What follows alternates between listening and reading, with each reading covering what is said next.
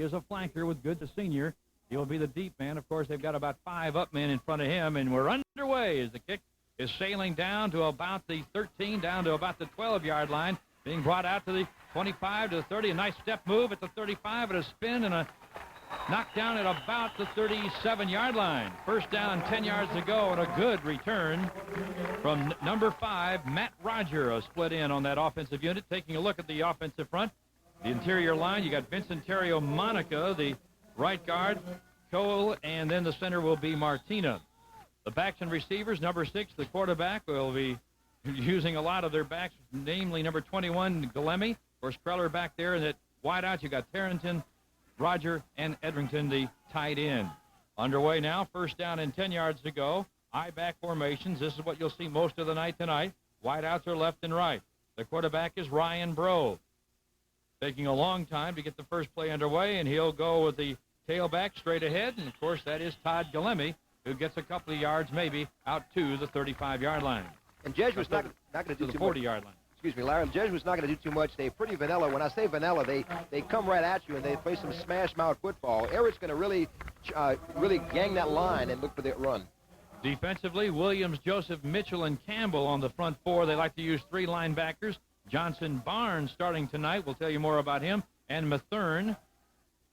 The secondary, very strong. Evans, McPherson, Thompson is the guy to look for, and Henderson. And here we go with a running play to the outside, and Galemi wrapped up after about a yard gain out to the 41-yard line. Jesuit is going to play with Galemi. In fact, they're not afraid to give Galemi the ball if they keep a drive going as many as 9 or 10 times in a row. What Jesuit's going to have to do is pass a little bit to keep them honest.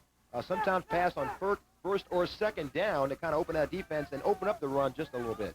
Third down, 7 to go. Gray Stulig came into the game as a wideout. He brought a play in from the sideline, and they look like they'll go with split backs now on 3rd and long. A slot to the left and a play action fake. Bro wants to throw and loads it to the left. Leaping effort, and it's caught inside the 45-yard line. A flag may have gone down, but that catch made by Stulig. And just a square-out route, a good throw by Bro. And Bro was the quarterback last year in that throwing tandem. It was a 2-quarterback system for Jesuit, and you said Stulig made the catch. It looks like he was out of bounds, so it's going to be a punting situation for the Jays. And that's what it was. They threw a marker down there on the sideline. Stulig came down with the ball. Let's take another look at it. He was apparently out of bounds, not getting both feet down. He tried to drag it, but couldn't quite do it. Now you've got a couple of deep backs now for the John Ehret Patriots. Coleman, the tank, is back there. He's one man, and we'll also take a look at Thompson, and this will be Tank Coleman. He's at the 25 trying to get away, but he's going to get maybe a yard back to where he caught the football, out to around the 26-yard line. And don't let Coleman's diminutive size fool you. He's only 5'7", 160. It's Tank. Don't call me Randy. It's Coleman, 4.4 speed, and he can take it back. Ehret's interior line, anchored by Ortega, the center. You're taking a look at the Anderson, Alcazar, Street, and Dixon, the interior line there. In the backfield, you've got Lambert, the running quarterback, and he will run the football along with Fazan, the fullback we featured in the opening, Johnson, Billings, the Coleman, and Galmore.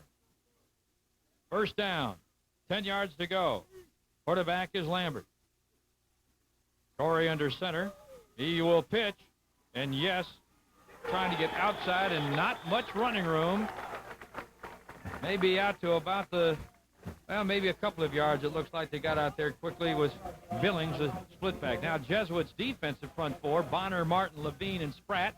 They will move around a little bit, and they like to go with 4 linebackers. It's a split defense, 4-4. Bonapasic, Ranieri, Tritico, and Barnett. And in the secondary, you'll have Murphy, Pino, and then the free safety, Scott. Only a yard pickup, so it's second down. They're going to go with the I-backs now. And 9 yards to go. And he wants to throw, and Lambert's going to air it out deep down the sideline, and a flag goes down. Defensive coverage down that way. Looked like they might have a shot at an interception, but couldn't quite get to it. Was Chris Cole.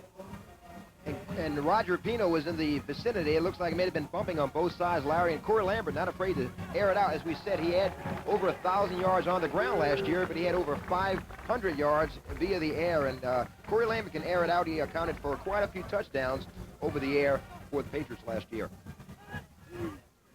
Well, we'll see what it is here. It looks like it'll be second down and long yardage as the play was being brought back. Of course, the ball was incomplete.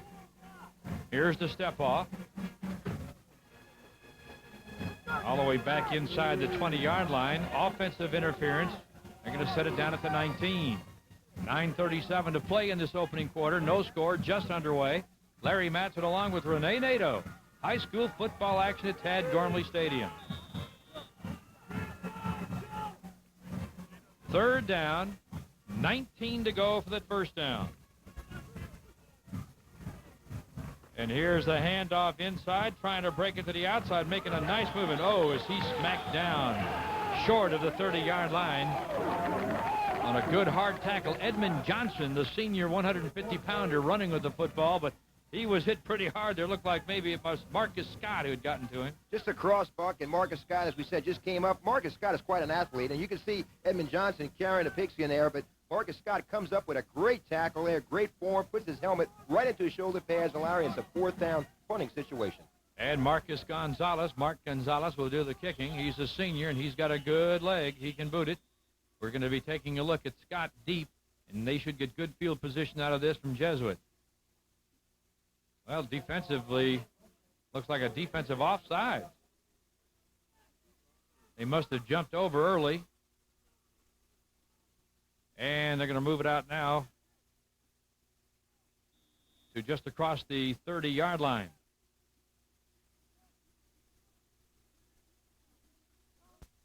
Fourth down and a long 6 to go, and they're going to kick again, of course.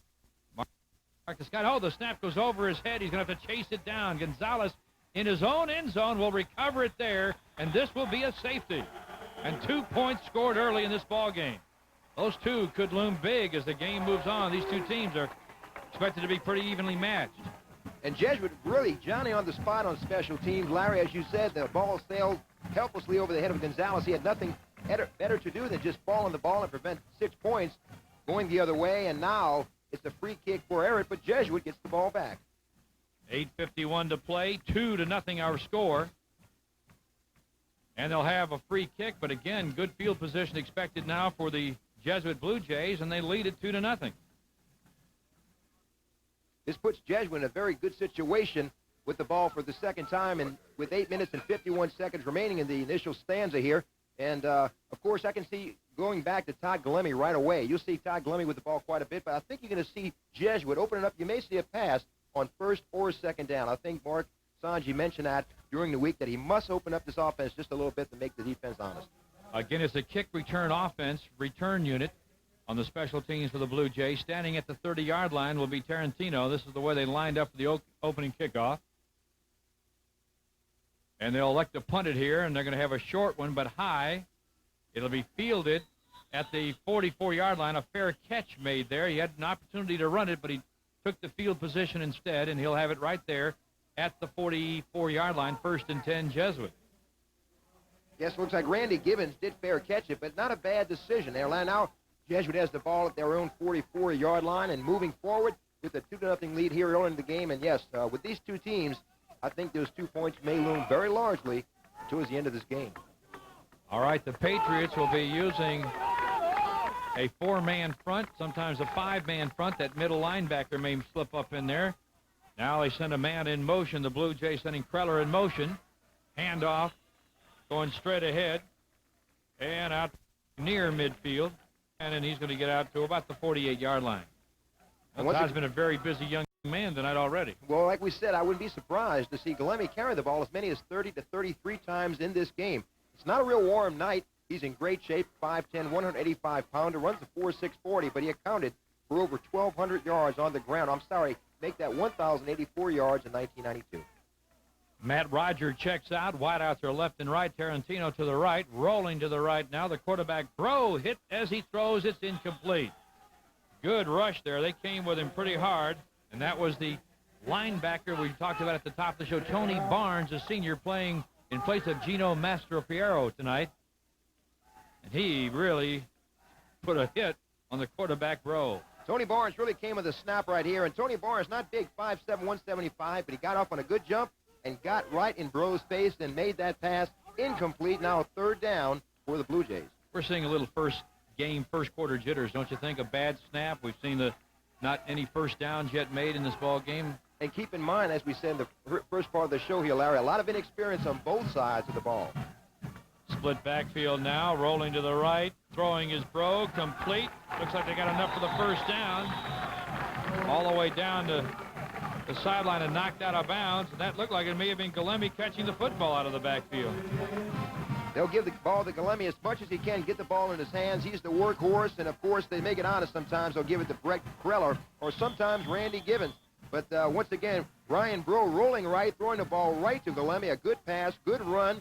He took one hit there and hit the surface, but a great completion. And once again, they must pass to keep Ehret on their heels. Inside the patch, 40-yard line, first down of the game, and all of a sudden there's a good defensive play, and it didn't take long for a loss. He made Jim Mathern, the linebacker, getting in there quickly, and the running back dropped back to about the 44-yard line. Jim Mathern came rushing through and stopped Galemi in his tracks, and Mathern, quite an athlete. He divides his time at Ehret between baseball and football, and quite a player on the diamond. Stulig checks out. Roger checks in as a wideout for the Jesuit Blue Jays. Tarantino will be wide to the left, Roger wide to the right. Offset eye rolling to his left and running and now throwing the football is Bro, and it's broken up as he tries to go downfield, and defensively broken up down that way by number 21, Herbert Thompson. He has been the leading interceptor for these Pats for the 3 straight years he's been a starter. Yes, he has, and also he's got some speed. He also runs track at the 800 meters. There's Ryan Bro rolling left, throwing across the bow, kind of forcing that throw to Edrington. And as you mentioned, Herbert Scott broke it up. Herbert Scott is the lone returning defensive back from the 1992 edition. The other 3 defensive backs all signed 1 Division I single-A scholarships. Edrington was the intended receiver. Of course, the Ehret Patriots missed Mike Phillips, who went to Colorado. And here is Bro rolling again, wanting to throw, being chased and rolled out of bounds on the far side. The Patriots forcing Bro all the way to the sideline. He just ran out of room and finally had to take it out of bounds as he was hit and knocked out. 44-yard line, 4th down again, and again a kicking situation for the Blue Jays. And here's Ryan Bro once again rolling and trying to air it out a little bit. We thought that Jesuit may pass, but not quite this much. And Theo Williams makes the stop here, and Theo Williams is the player they feel will fill the shoes of departed Mike Phillips. Pat Neely, who's also a place kicker, is back to punt, standing at his own 42. Gets the kick away, sailing down to about the 9-yard line, and not much running room. Good coverage down there. Got it out to about the 16-yard line. Again, that was a punt that at least this time was fielded, and, well, a little bit of a return, not much. 1st and 10 now for the Patriots. 2-0 Jesuits, 6:52 to play in this opening quarter. And the Patriots feature 2 great runners in Corey Lambert and Fazan. Of course, they haven't had a chance to do much with just 1 possession, but Fazan is quite a load at 6'2", 240, and we said Larry can negotiate the 40 in 4.5, and Corey Lambert is quite an athlete at quarterback, both passing and running. 1st down and 10, and boy, he gets down low under snap, doesn't he? To get that snap, and he got the snap, and boy, it didn't take long for Fazan to get hit. I think he got the ball to Fazan, but there wasn't much there. The ball placed right at the 15-yard line. 2nd down. They're going to key on Fazan. In fact, every time he hits, he comes out of the backfield, whether he has the ball or not. I think Jesuit's going to put someone on him. One guy I think you may look for as far as Jesuit is concerned, they don't know much about Robert Martin, number 76. I think you'll hear a lot from the big junior before the night's over. I-back formation again on 2nd down. Lambert with a short drop will air it out to the side. He's got it complete at the 20-yard line, spinning around with the football. Looked like Ike Matthews, the wideout on that side, a 5'11", 165-pound senior. Well, they get about 5 out of it, but that will bring up 3rd down and a long 5. And here's the replay with Corey Lambert, just a couple of step drop, and hitting Ike Matthews coming across the middle. And one thing about Ehret, their receivers run good slants across the middle. 3rd down and 5 with the I-back formation. Oh, some movement on the defensive line. Was he drawn off or not? That's the question, but he broke across quickly. In fact, the whole left side of that Jesuit Blue Jay line jumped across. Looked like Joe Levine was one who jumped early. And you can see the replay of tonight's game on Saturday at 3 and at 8 p.m. and then again Sunday morning at 11 on Cox Metro Channel 10. Well, it is a first down via penalty, and that's the first down of the night for the Patriots. They've got a little room now to work with. They're out to the 25-yard line, first down and 10. High back formation again. Lambert with a pitch out on the option, and the ball is loose, and it may have been recovered. It is a turnover. The Blue Jays are all over that football. And I'm not sure, but it looked like it may have been Joe Barnett who came up with that football, number 23.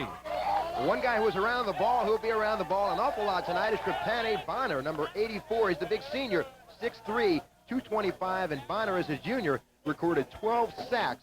So he's quite an athlete, and I'm sure the colleges, the Tennessees, the North Carolina, Pittsburgh, LSU, Ole Miss, Arkansas, and Southern Mississippi are already hot on the trail of the big Blue Jay lineman. All right, a fumble recovery for the Jesuit Blue Jays here in the first quarter with 5:21 to play. It's first and 10 Jays. They're going to go with a power I formation and a handoff left side, weaving to the 10, to the 5, to the 4, down near the 3-yard line goes Brett Kreller, a senior running back, 5'10", 180-pounder, got good blocking and has some good running. You know, one thing about Kreller, Larry, he really don't get as much attention probably as the Todd Galemes, but the one thing, he's the most consistent back. He was the most consistent back in 1992, amassed 380 yards, and he never has been caught for a loss. His long time has been a Jesuit, and that's quite a statistic. It's quite interesting, and Brett Kreller really is the go-to guy sometimes when Todd Galemi needs a blow. Again, a full house backfield, power I. It's at the 3-yard line, handoff Galemi, left side on first down, touchdown, Jesuit. So Galemi makes it now an 8-0 ball game. Just a power play off left tackle with Galemi carrying the ball. He sidestepped one of the defenders and just danced into the end zone, and Todd Galemi showed some great athletic ability down by the 2-yard line and scored into the end zone, and now puts the Jays ahead, as you said, 8-0 with 4 minutes and 49 seconds remaining. And you see the replay right here, just power running, power football. That's the Jesuit Blue Jay style, and a little surprise here early in the game with the Jays leading with a couple of mistakes, miscues by Ehret. They capitalized. And here's a snap that was placed down, up, and good, and it is now a 9-0 ball game. We'll take a timeout. We'll be back with more action here at Tad Gormley Stadium. A 2-play, 21-yard drive in just 33 seconds. You're listening to high school football on WSMB 1350 AM. At the Pontchartrain Center in Kenner, 5 cents goes a long way. The Pontchartrain Center has over 35,000 square feet of exhibit space and 6 spacious meeting rooms, all for just 5 cents a square foot. If you're looking for a place to hold your next convention, meeting, seminar, or banquet, Kenner's Pontchartrain Center is New Orleans' newest meeting alternative. All meal functions are catered by Marie's to assure the finest in banquet cuisine. When you're looking for a quality convention or meeting facility with affordable rates, call the Pontchartrain Center in Kenner. Back at Tad Gormley Stadium, 4:49 remaining, opening quarter of play, 9-0 Jesuit, a 2-point safety for the Blue Jays, and then a 3-yard touchdown run from Todd Galemi, capping off just a 2-play, 21-yard drive after a fumble recovery. So they've had good field position, and they have used that field position to get that 9-0 lead. And on the other side of the field, Larry, the Ehret Patriots have only had the ball a couple of times, but miscues have really spoiled their offense and really haven't given them an opportunity to do anything with the ball. Here's the kickoff down to the 15-yard line and running wide to the right, trying to turn it upfield, and does. Looks like it's, well, I wanted to say Tank Coleman, but I believe that may have been 19. And it was number 19, not number 18. And getting it down there was Edmund Johnson. Johnson with a pretty good return gets it up to about the 33-yard line. Edmund Johnson knows what to do when he gets the ball. A 5'7", 150-pound senior can really fly. He runs the 100 meters in 10.7, the 40 in 4.45. So look out. Ehret's got a lot of speed in that offensive backfield. They're down 9-0 with 4:42 to play in the opening quarter. Going with the I backs now. The Patriots. Lambert will pitch out. Running wide to the right, trying to get outside, and does, but knocked out of bounds is Johnson. He got down to about the 36-yard line. Let's go down to Lance Jacob on the sidelines. Lance? Thanks a lot, Larry. We talked to Coach Billy North earlier about the turnover bug, and he shrugged it off. But early jitters have hurt the John Ehret Patriots right now, and Jesuit has the early momentum, but more importantly, a 9-0 lead. Back up to you, Larry. All right, Lance Jacob will keep us up to date along that sideline tonight. 4:36 to play in the opening quarter. Second down, 5 yards to go at the 37-yard line. Pitch out. Trying to go wide again is Johnson, and Johnson is wrapped up. Good defensive surge there. They came up to make some big plays. Looked like Bonner was in on that play along with Levine. And Joe Barnett came up, and Joe Barnett is really, he's an outside guy. He's an outside linebacker. He plays inside as well. 6 feet, 210 pounds, number 23. Really an outstanding play here, supported by Marcus Scott, the safety. And Jesuit defense is very, very active. They have guys coming on every play. Barnett, number 23, 6 feet, 210, a senior, did make the big play there, and is now a 3rd and 10, a loss of 5. Ball at the 32-yard line. Throwing complete now and getting up near the 41-yard line. A pass to Ike Matthews from Corey Lambert. This is a running football team, but their success tonight has been in the air. Well, we said before that Corey Lambert is not afraid to air the ball out. Corey Lambert just with a couple of step drop, and he runs those receivers run those slant routes as Ike Matthews does right here, and Corey Lambert right on the spot. Good for a good game. Marcus Scott makes the tackle, and there's going to be a measurement right here to see if the Patriots have enough for a first down. 3:37 to play. They're stretching the chains out now. And it is a first down just by the nose of that football. And while that measurement was taking place, Lambert was on the sideline talking with his head coach, Billy North. And I'm sure he's been told what play to run here. Coming out wide to the left is Tank Coleman. One wide out is wide to the right, and that's Ike Matthews. Power I now as they go to that. And a handoff straight ahead. Boy, he moves a pile, doesn't he, up to about the 44-yard line. That had to be Jermaine Fazan, the 240-pound fullback. And you can just see the pile move with him. He is powerful. It's only a matter of time before they would go back to that bread and butter, which is Fazan. And Corey Lambert is equally as adept at running the ball. And I think they keep the Jesuit Blue Jay interior honest with that Fazan running. They cannot go to the outside and be too aware of the pass because they have to be very aware of Jermaine Fazan. He's quite a weapon. Second down, 7. Jason Ortego, the center, down over the ball now as he leads the team out of the huddle. Power I formation. Here's the handoff, and boy, he's hit right away. Again, he got maybe a yard on second effort. Joel Levine was right there to stop that one. The running play didn't get much. They didn't, and the Jesuit Blue Jays are really outmanned as far as size goes in the middle of that interior line, but Joe Levine making a great play and giving the ball an inside and outside pitch here, an outside handoff here, and Levine made the tackle from his knees. An outstanding play, and of course with great support from Joe Barnett on the Jay defense. That was Kawan Billings, who normally lines up as a split back or a wide out. Now it's 3rd down and 7. Here's a big play. Dropping back to throw, lofting it out as Lambert overthrowing his intended receiver, Tank Coleman. Coverage was pretty good. They were all around the football. Roger Pino, the cornerback, was right there with him, and it goes incomplete. I don't think you'd expect to see throughout the course of the night, you won't expect to see Ehret run to the right too much. And the reason they will not run to the right too much, Larry, is they really respect Trapani Bonner, the outside left defensive end for the Blue Jays. He's a college prospect, as we mentioned. And I don't think you're going to see the Ehret Patriots test those linebackers for the Jays. They're very active, very strong, and make a lot of tackles. Marcus Scott is back to return the punt.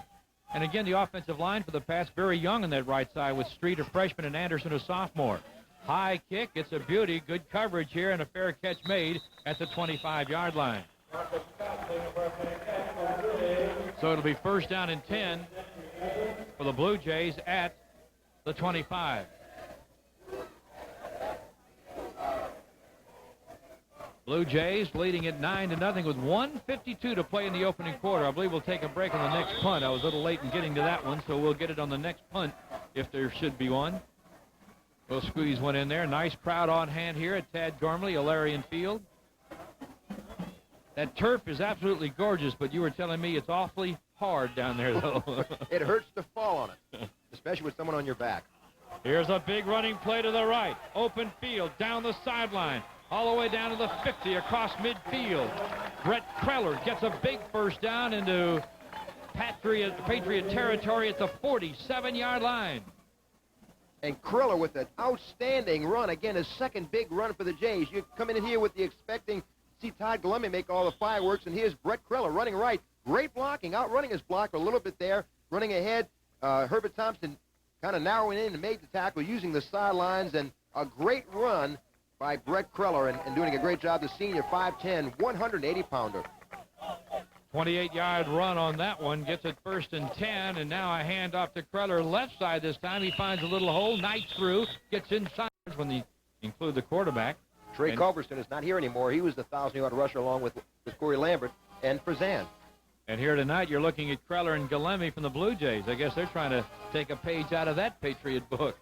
Miami Dolphins a few years ago with Mercury Morris, Zonka, and Kick, Larry. Shifting out of the power eye to the straight eye, handoff Galemi. Penalty flag is down. Galemi trying to get to the 40, won't get there. He's hit and dropped right away at the 42-yard line, and a good defensive play there by Herbert Thompson, the free safety. Let's go down to the sideline with Lance Jacobs. Larry, Coach Mark Sanji really has to be pleased with what he's seeing so far, with the exception of that last penalty. His defense is really coming through. He had a defensive line as one of his question marks. But the defensive line, the interior part is playing really well, and offensively he's moving the ball better than he expected. Back up to you, Larry. All right, the penalty is being stepped off. Illegal motion. When they shifted out of that power eye, they must have had two people move. The fullback or the upback, I think, moved along with the split back that flanked out, so you can't do that. And they brought it back to the 49-yard line near midfield where it's 2nd down and 7. Actually, 2nd down and 12. Again, the power eye. Let's see if they shift out of it. Yes, they'll go into motion now with Kreller. Taking the handoff and giving it to Galemi. He breaks it open on the right side. He's to the 40, down to the 30. Ball comes loose to the 25 and out of bounds at the 16-yard line. Well, I tell you, the ball is bouncing the way of the Jays. In fact, Todd Galemi with a nice run down the sidelines, and Herbert Thompson having to make the tackle from his safety position. And fortunately for the Blue Jays, the ball bounced out of Galemi's hands down the field another few yards, and the Jays maintain possession. You see Galemi there trying to put a move on the defensive back, and he turns it on, puts his head down, and Thompson makes the tackle, rips the ball out of Galemi's hands. It rolls down the field, and the Jays gain about another 8 to 10 yards on that run. Ball at the 15-yard line, 1st down and 10 to go. Blue Jays. First quarter coming to a close. A handoff to Kreller. Galemi leading the way. He got a good block from the running back Galemi, and he gets it inside the 10 and down near 1st down yardage near the 5-yard line. They're going to call for an official timeout, I believe, to measure that. Now they're going to say 1st down, I believe. Let's see. They got it down near the 6. No, there will be a timeout defensively. Timeout has been called. We'll take a break. We'll be back with more action here as we wind down the first quarter at Tad Gormley. 9-0. You're listening to high school football on WSMB 1350 AM. The 94s are coming, and the 93s must go. And at the original Bone Ford in New Orleans, we're slashing the prices on all new 93s to make room for the 94s. You can get a new 93 Crown Victoria at $3,500 off, or take the Bronco with $6,800 off, or the exciting Taurus SHO with $6,500 off. And they've got all the extras. Every new car, truck, and van will be drastically reduced, so hurry in for low prices, high trade-ins, and low interest rates. These deals won't last long, so come to the original Bone Ford in New Orleans, your 15-minute confidence dealer. On point!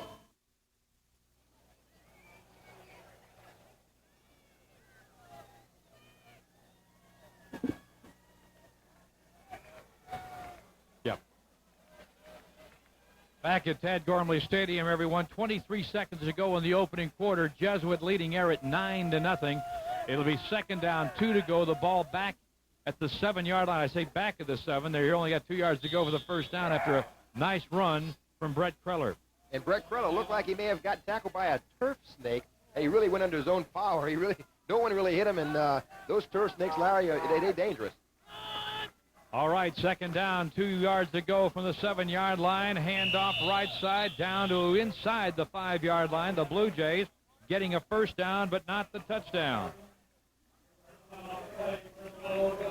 More and more, I think that safety is going to loom big in tonight's ball game. If Ehret can get on the board, it's the 2-yard line is where it'll be placed. 1st and goal now.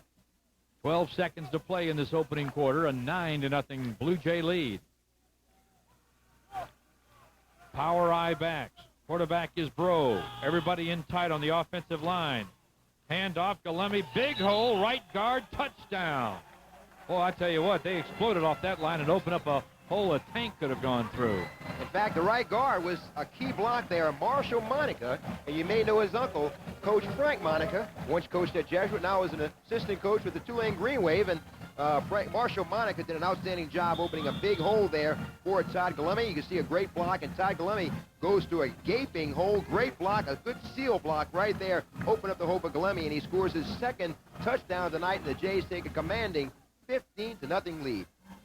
And with the point after coming up, we'll take a look at this one from the 0 lead. We'll be back with more action here from Tad Gormley Stadium. Jesuit in command at the end of the first quarter. You're listening to high school football on WSMB 1350 AM. This fall, the new force in prep football is back on Channel 26.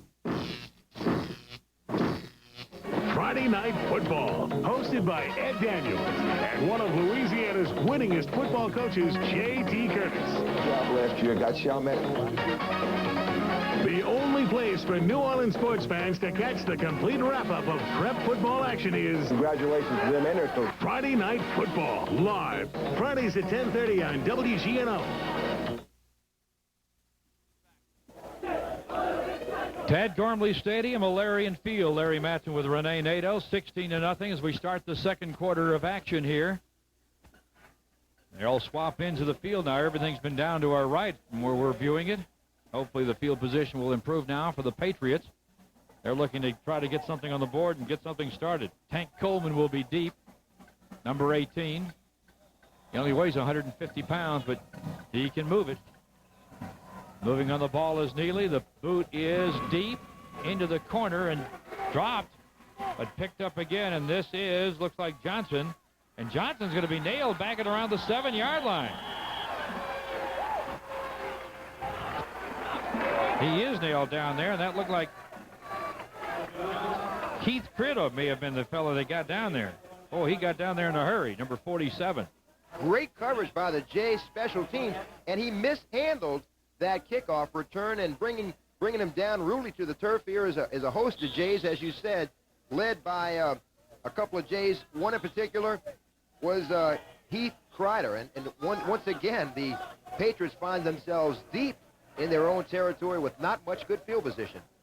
1st and 10. They marked it down at the 8-yard line with eye backs. The quarterback again. Corey Lambert will hand off straight ahead, fighting for some yardage, and I mean fighting. He's a 240-pound fullback, Fazan, and he's out to about the 13-yard line. Crowd here very enthusiastic. Not yet Halloween, but there's some people dressed like it might be Halloween here tonight. This is just the opening game. Let's get some fall weather in here before we dress it like it's Halloween. It's New Orleans, Larry. What can you expect? 2nd down, 4 yards to go, a 6-yard pickup. The ball now at the 14-yard line. Bazan is the up back out of the eye, and he gets the call again. This time not much running room. Got it across the 15 to about the 16-yard line. Levine was in there. Looked like he had some help up front. Let's take a look as they unpile it. Might have been Robert Martin down at the bottom of that pile. Mark Sanji going over some offensive schemes here with his team here as they prepare to go back on the field, hoping the defense can hold the Patriots for another couple of downs and get the ball back. Fazan is really having a problem. He's not breaking any calls and not breaking any plays, and you see the Jesuit Blue Jay defensive lineman pinching in, really expecting Fazan to go off guard in every play. 3rd down, a short 2 or a long 1. From just inside the 17-yard line, there's a handoff, and Fazan's not going to get it. He may weigh 240, and he may be the bread and butter, but I want to tell you, a little guy by the name of Joe Levine, not so little, 5'10", 210, was there to plug that hole. And the big senior Levine really, again, getting off the snap of the ball and made a great defensive play for the Jays, and once again, perhaps a punting situation facing the Patriots deep in their own territory. Well, this Blue Jay defense with 7 returning starters from last year, perhaps the strength of the team, at least from head coach Mark Sanji's realization, would be linebackers and secondary, but I can tell you this, that line is playing tough tonight. And you see the celebration by the Jays as they unpile in a great defensive effort. Mike Repo was also one of the Jays in on the play, along with Levine. Let's go down to the field now with Lance Jacob. Boy, I tell you what, fellas, you hate to put your players in this type of a position, but the John Ehret Patriot defense really has to come up with a play here after this punt because they're already down 16-0. A score by Jesuit puts the Patriots down at least 3 possessions. Back up to you, Larry. And Todd Galemi has rushed 8 times for 35 yards and 2 touchdowns. Preller, his counterpart, 4 rushes for 54 yards already. So, yes, they are getting some good production, the Blue Jays, on the ground, and that's always tough to stop. And right now they should get good field position for this punt. Marcus Scott is back at the 45-yard line of the Patriots. Standing at his own goal line, backing up now. Here's the punt, and he gets it away. Gonzalez's punt is a pretty good one with a bounce. It bounces near midfield and out of bounds at the 49. So it'll be 1st and 10 Blue Jays. We'll take a quick break here. I think we can get it in. We'll be back with more high school action on WSMB 1350 AM.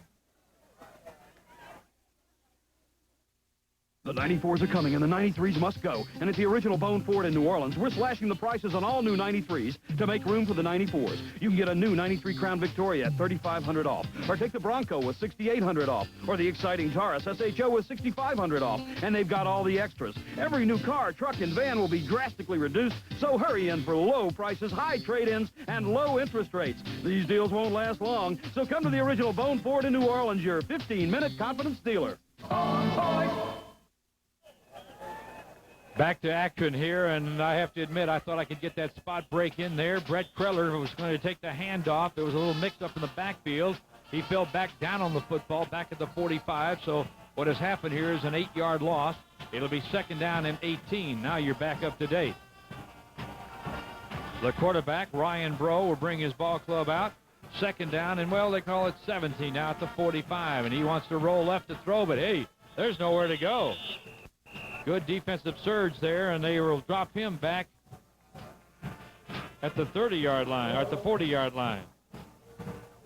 There you see some good numbers on Todd Galemi. 8 carries, 35 yards, 2 scores, and he's run very well, but also credit that Jay offensive line with some great blocking. Of course, in this particular play here, Ryan was trying to run to the left, and the Ehret Patriot defense just engulfed him and caved in on the quarterback. You may see a little bit of Parrish Childress, the backup quarterback for the Jays before long. He's the passer of the 2-quarterback duo. Ronald McPherson on that last tackle as he's rolling left now, 3rd and 22. A floater that's dropped. It's incomplete. Ben Tarantino could not hold on to that football from Ryan Bro. One senior trying to hook up with another senior, and that'll bring up a kicking situation, and maybe now Ehret will get the field position they have lacked during the first half so far. You see Ryan Bro rolling left, throwing across the bow to Tarantino. Tarantino's got good hands, Larry. In fact, last year as a defensive back, he had 6 interceptions, which was one of the leaders of the district in Catholic schools. But Ben Tarantino has moved the defense and using his 4.6 speed in the 40 as a wide receiver. Herbert Thompson, 1 man deep. Here's the boot now. And the kick by Neely will be fielded across the field up to the 40, 45-yard line, and a good return. Tank Coleman upset with himself that he didn't get more out of it. He had a good return, but he wanted to go down that sideline and score. You know, Tank Coleman, we talk about him as a wide receiver, great speed, but, you know, he's a great athlete. He can play back or quarterback, and you see Coleman taking it back, eluding a defender right there and scooting up the sidelines before he's taken out by a body block tackle. A good return, and the Patriots set up shop near midfield at about the 44-yard line, and maybe this will be a luck charm. At least Billy North hopes so for the Patriots. Craig Trahan, our statistician tonight, will give you some information from him in just a moment. 1st and 10 at the 44-yard line. Best field position of the night for the Patriots. And they're going to go straight ahead with Fassan, but he didn't get anything. He stopped cold in the middle of that line. Again, Joe Levine at the bottom of that pile. He had some help. Looked like he had some help from some of the up-front men and a linebacker, Tanner Tridico.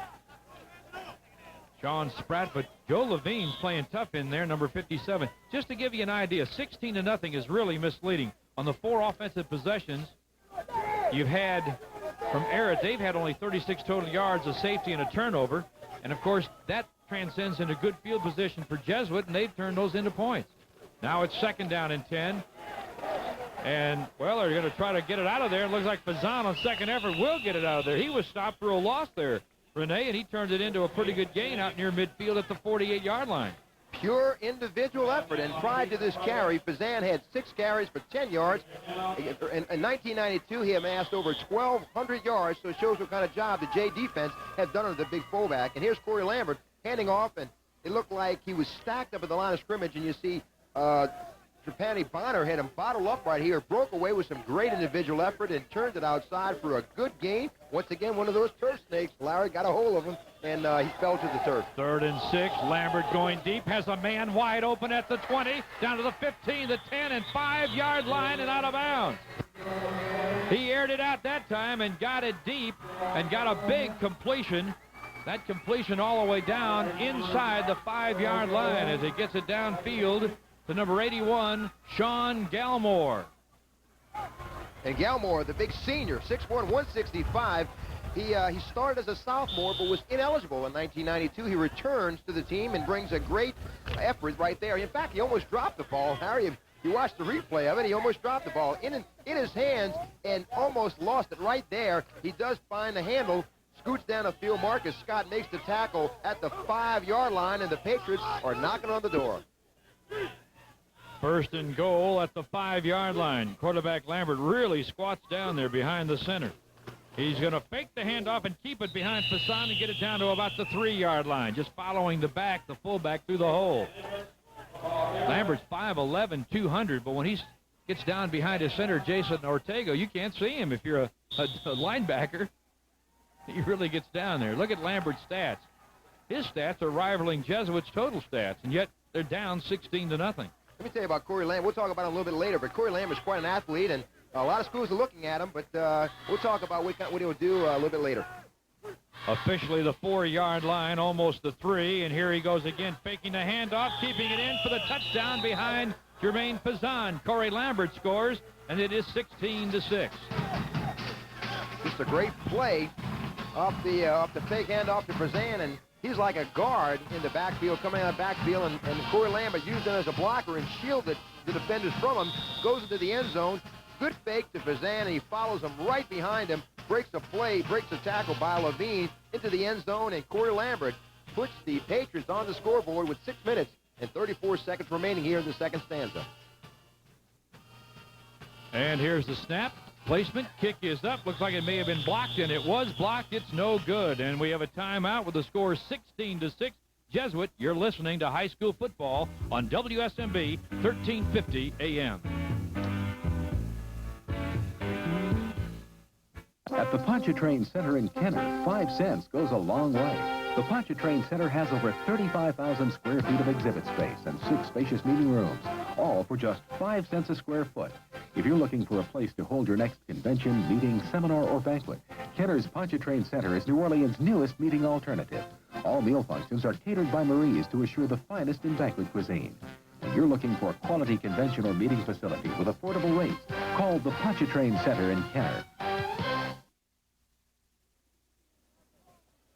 A 5-play, 56-yard drive, consuming 2 minutes and 2 seconds. A touchdown by Corey Lambert from 4 yards out.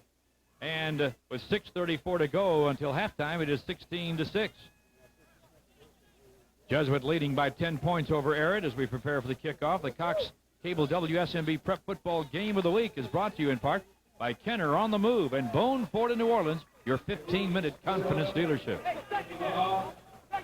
Bone Ford just 15 minutes from anywhere in town. We're talking about Corey Lambert right there on the sidelines. You know, he just scored on a 4-yard run, quite an athlete. His cousin played at UCLA, which may give you an idea of where he may be looking when it comes time to choose his college. Here's Tarantino, who lost the handle but got it back again and crosses the 30 up to the 33-yard line. He's brought down by Ike Matthews.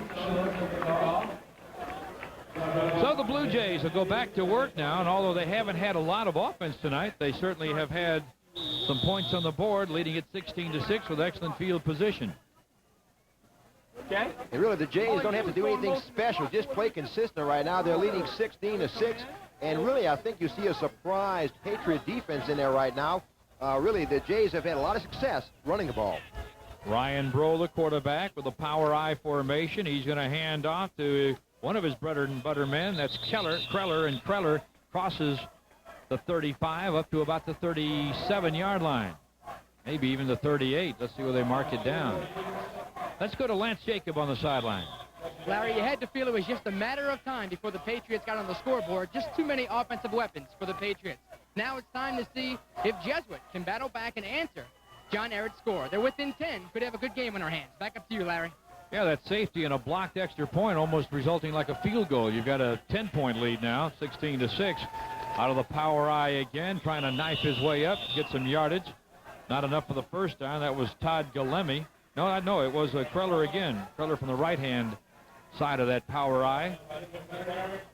A little short. In fact, it'll be third down and about 5. Jim Mathern making the stop for the Patriots, the 5'10", 170-pound junior. A good hard-nosed linebacker. Not a real big guy, but he's very active and makes a lot of stops for the John Ehret Patriots. 5:25 to play in the second quarter. Jesuit by 10, 16-6. Power eye formation. The ball at the 38-yard line. 2 up backs, 1 deep back, the tailback, and play action fake. Bro on the run will throw out of the backfield. Kreller complete 45-50. 45 on the other side. Up, he stepped out of bounds at the 46-yard line, but across midfield with a first down and now into Patriot territory. And really faked everyone out with that play, and Ryan Bro throwing again. Once again, the Jesuit Blue Jays throwing a little bit more than you would think right now because they're basically a run team. They've opened it up a little bit more than you would have thought. I don't think Jesuit would have passed more than 15 times. They're approaching that in the first half alone. Mark Sanji said that they like to run the eye, the split draw, and the option, which all are running offenses. Here's a first 10 and 10, and there's a running play straight ahead off the yard line, maybe the 40. Todd Galemi. They'll mark his knee down, in fact, at the 42-yard line. So it's a pretty good pickup of about 4. It'll be 2nd and 6. One guy you haven't heard too much about, I think the draft pick, just if you are recruiting buffs, if you will hear about him in years to come, is a guy named Johnny Mitchell, who wears number 94. He's a 6'4", 270-pound sophomore for the Patriots. They feel he may be the best defensive lineman to ever come out of Ehret. And that's saying a lot. Here's a pitch out, running left, not much room. In fact, Galemi's going to be tripped up, got back maybe to the line of scrimmage. Not much more than that. Jim Mathern, the linebacker there again. He had some help up front as well. Looked like he might have had some help from Terrence Evans, who came up quickly from the strong safety spot. A loss, in fact. It'll be third down from about the 44-yard line. It'll be third and about 8. You see Galemi taking the pitch, and that was a great play, stuffing it. The Ehret Patriots really stuffed the blocker and gave Galemi nowhere to run, and a short gain, third and long to go for the Jays. Again, 2 up backs, 1 deep, play action fake. Bro rolling to his right, wants to throw. He could run and will run. He's to the 45, well, about the 40, I'll make it the 39-yard line. He got across the 45 to the 40, down to the 39, but not enough for a first down as he rolled all the way back behind the 50-yard line to roll out. So he got it down to the 39-yard line where it's 4th and 4, maybe a long 3. And I'm going to tell you what made that play work just now. You want to credit the interior line, Marshall Monica, Eddie Martinez, Eddie Cole, picking up that blitz and allowing Ryan Bro to get outside because the Patriots are coming with the total blitz just now. The interior line picked it up, allowed him to get wide. 4th and 3, they'll go for it at the 39-yard line out of the power eye. 1 deep back. He gets the ball. That's Todd Galemi. He's stacked up at the 37, did not get the first down. The Patriots will take the ball over on down. Good defense. I mean, they had a lot of white jerseys over there on that left side. They're looking at it, but it's not close. He got maybe to the 38-yard line, but that's not enough for the first down. Had to get down. In fact, he may have gotten to the 37. Had to get down to the 36 for the first down. It was quite a surge, but I think Tony Barnes and Jim Mathern, along with Desmond Johnson, really put the brakes on Todd Galemi, and as you said, Larry, stopped him short of the first. The ball goes over to the Patriots. Well, the ball goes over, and now with 3:07 to work, Ehret will try to get another score on the board. They have gotten a touchdown in their last possession, and they drove that one 56 yards. Slot right formation with an eye back. Fumbled snap, falling on it is Corey Lambert. And a good thing he did because Joe Levine was right there to scoop it up if he hadn't. The linebackers are moving with every step that Fazan makes. As he goes, in fact, he was a decoy just now, or a lead blocker. You saw 3 linebackers going for the Fazan. That's why Fazan is not really having a good night, because they're keying on him and hitting him whether he has the ball or not. Here's Corey Lambert right now having trouble with the snap, and really it was a play muffed from the get-go. But you can see he's surrounded by Blue Jays, and, of course, Johnny on the spot. Joe Levine having an outstanding night, made the stop.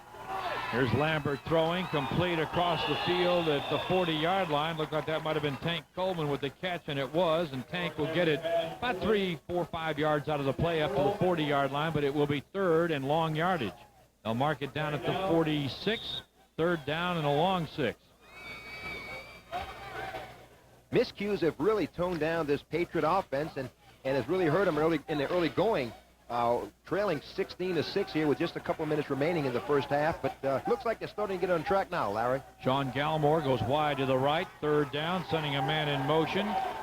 Taking the handoff. Lambert will keep it. He breaks it open across midfield at the 50. At the 40, he's got blockers. 35 down to the 33-yard line, and a big first down and a keeper by Corey Lambert. Looked like he wanted to hand the ball to Fazan. He just kept it, though, and he gets a big, big play for the John Ehret Patriots.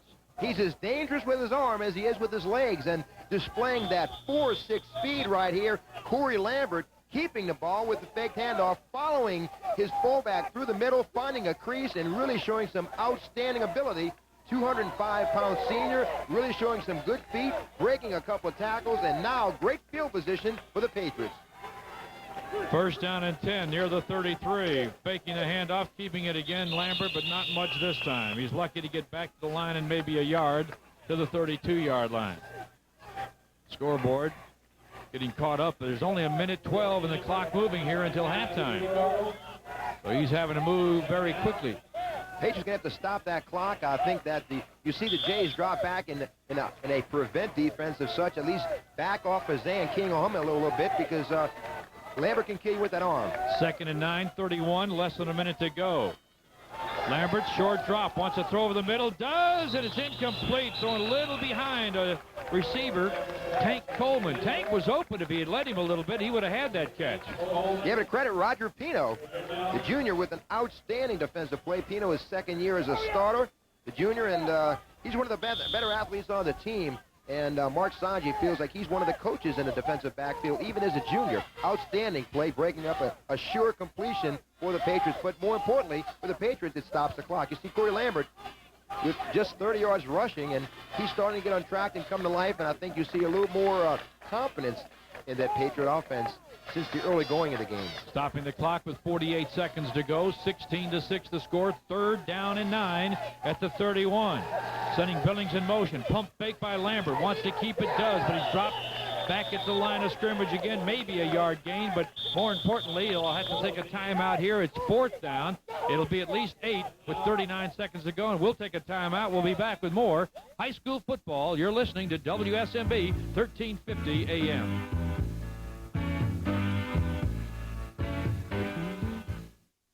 At the Pontchartrain Center in Kenner, 5 cents goes a long way. The Pontchartrain Center has over 35,000 square feet of exhibit space and 6 spacious meeting rooms, all for just 5 cents a square foot.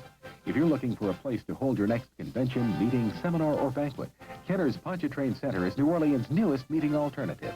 All meal functions are catered by Marie's to assure the finest in banquet cuisine. When you're looking for a quality convention or meeting facility with affordable rates, call the Pontchartrain Center in Kenner.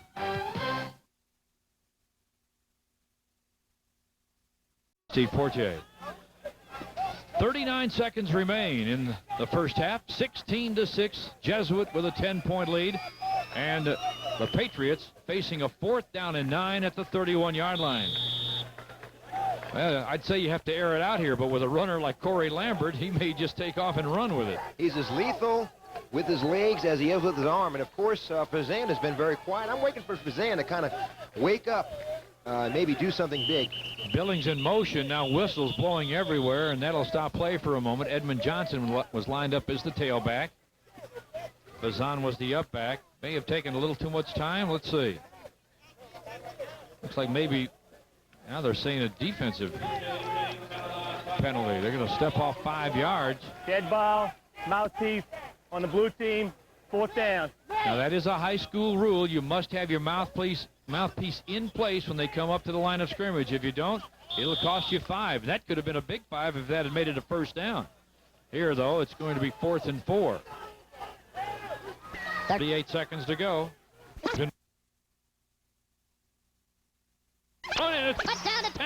He takes it in from the 27-yard line, a score, and now with 31 seconds to go in the first half, it is 16-12.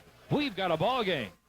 Corey Lambert flushed by one, finds Tank, don't call me Randy, Coleman down, dancing in the end zone, and you see Lambert looking for a receiver, takes a hit right after release the ball, but Coleman does make the catch at the 2, dances into the end zone, had beat his defender with that 4.4 speed, and the Patriots are back into this game with 31 seconds to go in the half. And there's only a 4-point differential with the PAT coming up. The Patriots battling back from a 16-0 first quarter deficit, mainly because they just didn't have the field position. Now that field position has switched over in the second quarter, so it's been a battle of quarters. The first one won by the Jays, and now the second one obviously being won by the Pats. You see Roger Pino, who made an outstanding defensive play just a couple of minutes ago, laying on the field. It looks like it may be a leg injury. We hope it isn't serious. We'll try to give you a report on that in just a little bit. Let's go to a field report now on the sideline with Lance Jacob. Thanks, Larry. You talked about a field position. Let's not forget about the Patriot defense. Just 10 minutes ago, it was 16-0 Jesuit, with Jesuit 1st and 10 from the 50. So let's not forget about the Patriot defense that may have helped turn this game around. Back up to you, Larry. Yeah, they've been able to put the brakes on that Jesuit Blue Jay offense and keep the field position where it has been. And we're waiting now for the point after. Mark Gonzalez is an excellent punter. They've got Luis Escada as their field goal and point after man. We'll see what they're going to do here. Is looking down on the sideline, we see that the injured player will be escorted off. Hopefully, as you mentioned, not serious. Roger Pino. He's putting some weight on his foot, though, and that's a good sign as he's starting to get a little feeling back in there. Now we'll line up and see. They're going to go for the 1.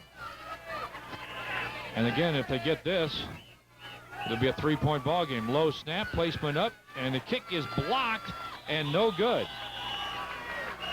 So it is a 16-12 ball game with 31 seconds remaining.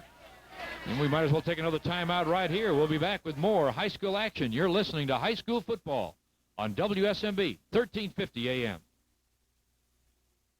The 94s are coming, and the 93s must go. And at the original Bone Ford in New Orleans, we're slashing the prices on all new 93s to make room for the 94s. You can get a new 93 Crown Victoria at $3,500 off, or take the Bronco with $6,800 off, or the exciting Taurus SHO with $6,500 off. And they've got all the extras. Every new car, truck, and van will be drastically reduced, so hurry in for low prices, high trade-ins, and low interest rates. These deals won't last long, so come to the original Bone Ford in New Orleans, your 15-minute confidence dealer.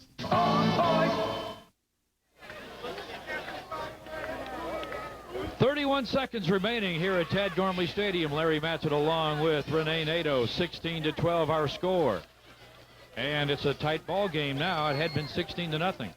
And that last scoring drive, 7 plays, 63 yards, consuming 2 minutes and 36 seconds off the clock. Larry, culminated by a Corey Lambert 27-yard touchdown toss to Tank Coleman.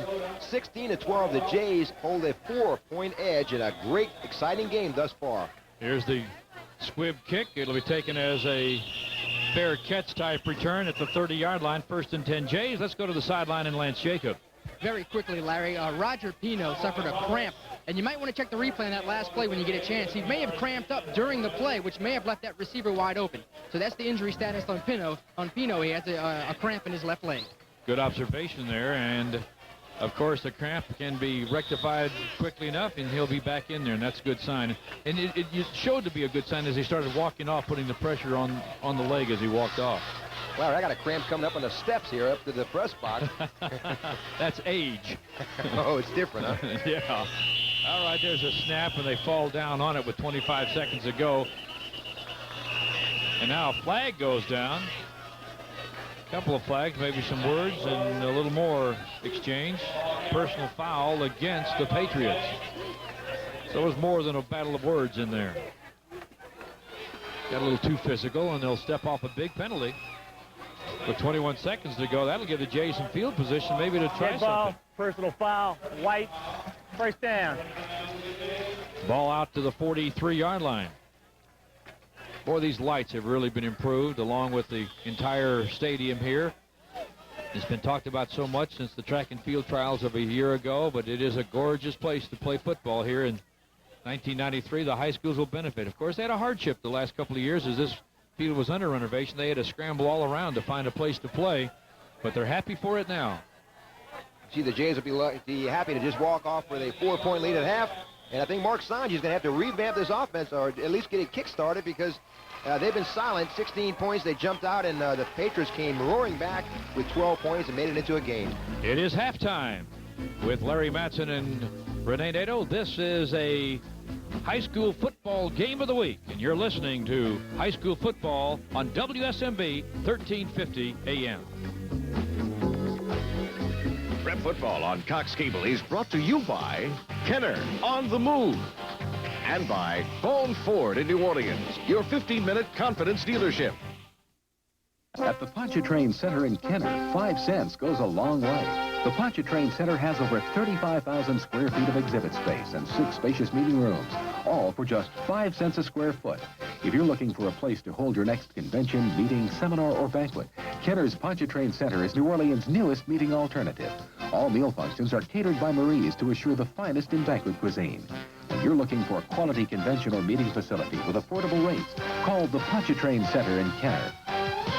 The 94s are coming, and the 93s must go. And at the original Bone Ford in New Orleans, we're slashing the prices on all new 93s to make room for the 94s. You can get a new 93 Crown Victoria at $3,500 off, or take the Bronco with $6,800 off, or the exciting Taurus SHO with $6,500 off. And they've got all the extras. Every new car, truck, and van will be drastically reduced, so hurry in for low prices, high trade-ins, and low interest rates. These deals won't last long, so come to the original Bone Ford in New Orleans, your 15-minute confidence dealer.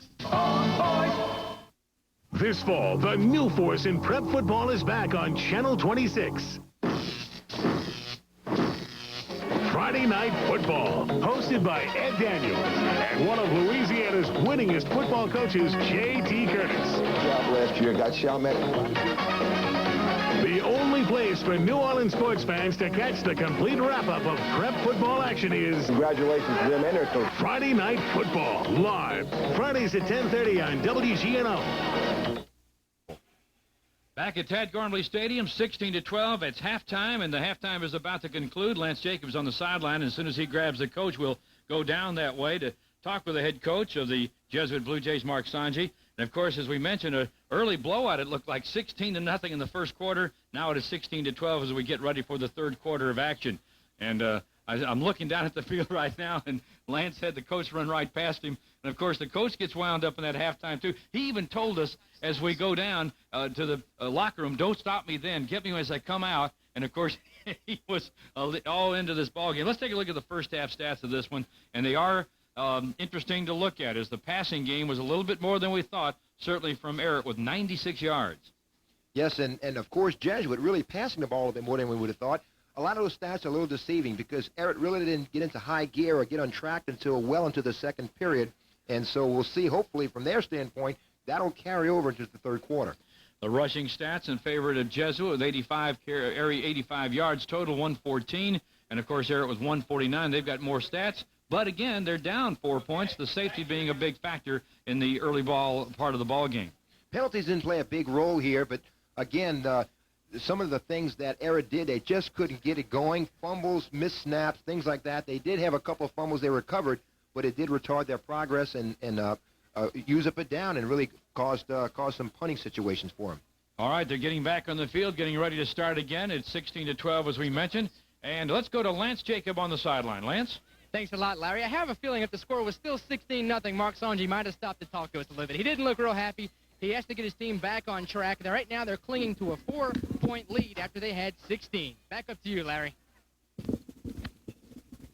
All right, where we're getting ready here is the Blue Jays will be kicking off, and Ehret will have the first crack at scoring and getting back perhaps a lead that they haven't seen yet. They were down 2-0 early, and they haven't had a chance really to enjoy any kind of breathing room. They had to battle back from a 16-0 deficit. And you don't want to try to do too much too soon, I would think, Renee. You want to try to get back to the things that got you back in the ball game, and that was consistent defense and a good methodical running game that, well, they would change up and throw every now and then, just mixing it up. Yeah, well, you want to dance with what brung you in. Of course, the Jays are going to stay with their running, and right now, as we start to begin the second half, of course, Ehret having trouble feeling that kick, and I hope it isn't a vision of things to come the second half for the Patriots. Edmund Johnson got the return, but didn't get much of it. He just got the football, and he got a lot of attention.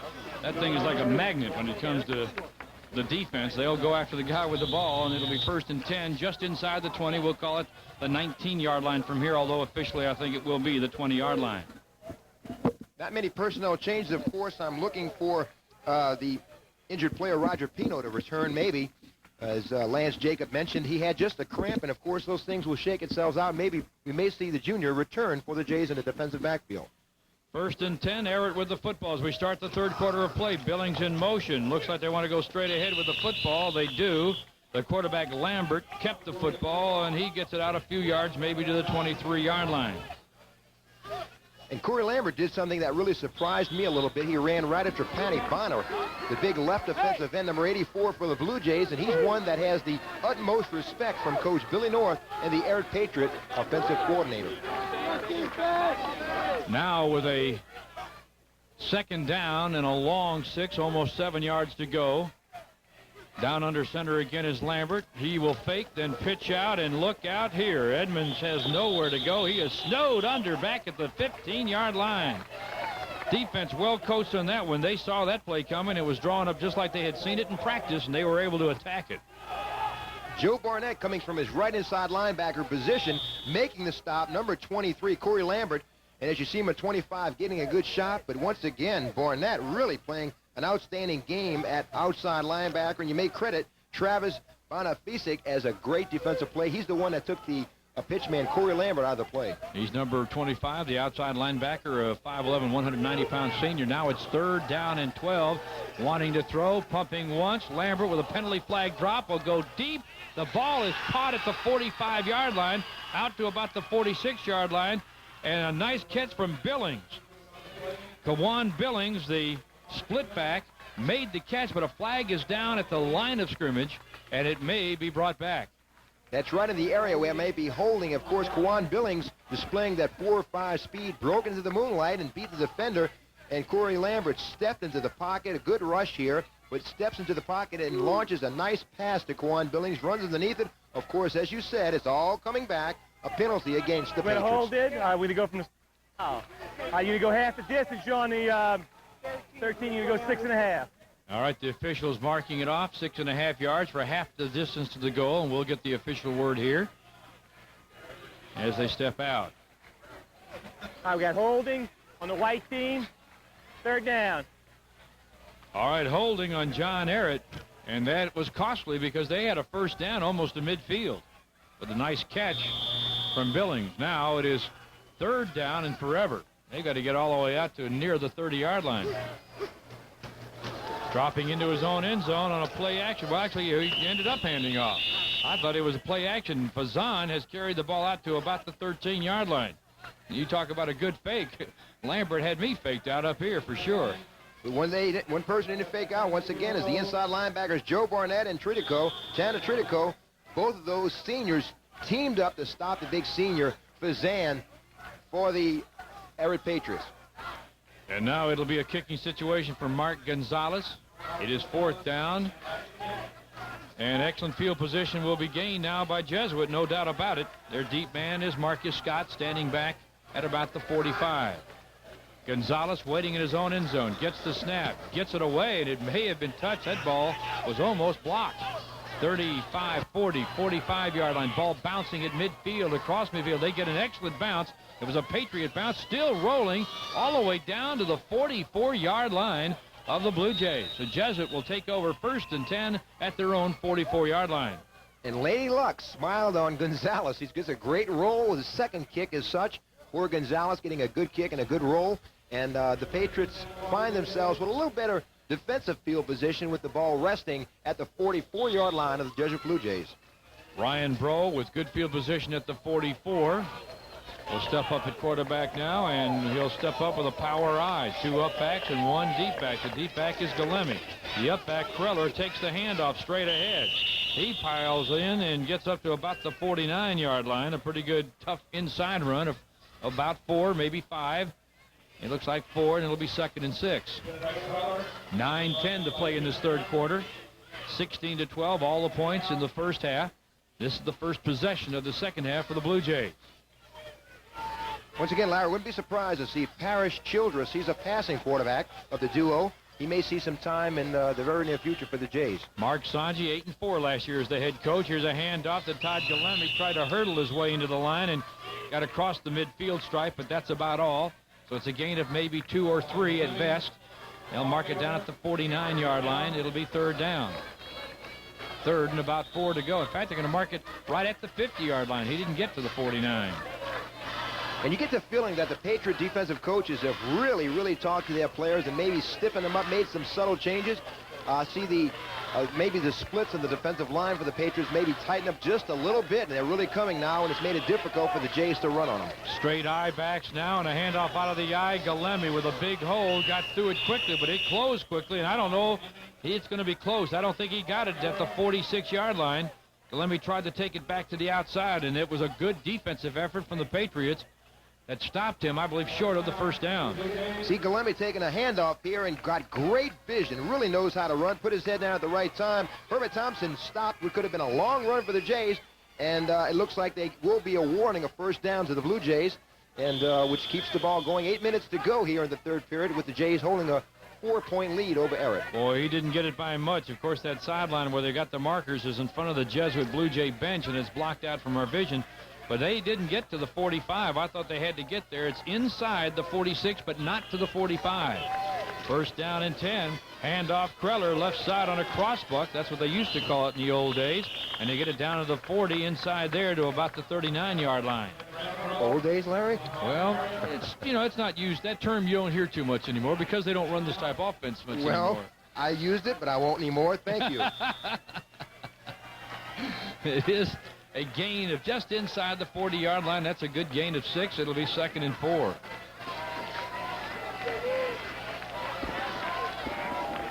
Everybody in tight on the offensive line. Power I formation. And they'll hand off. Looks like Kreller again following his blockers through, and he's going to get down to the 36, maybe, 37-yard line for sure. And that will be short of a 1st down by about a yard. Oh, he's about a sniffle away, isn't he? He's real close. You can see when he runs, Kreller runs, he smells that goal line, and he's real close to the 1st down. Of course, they're moving methodically down the field. That's the way Mark Sanji likes to play that ball control offense. Sounds familiar?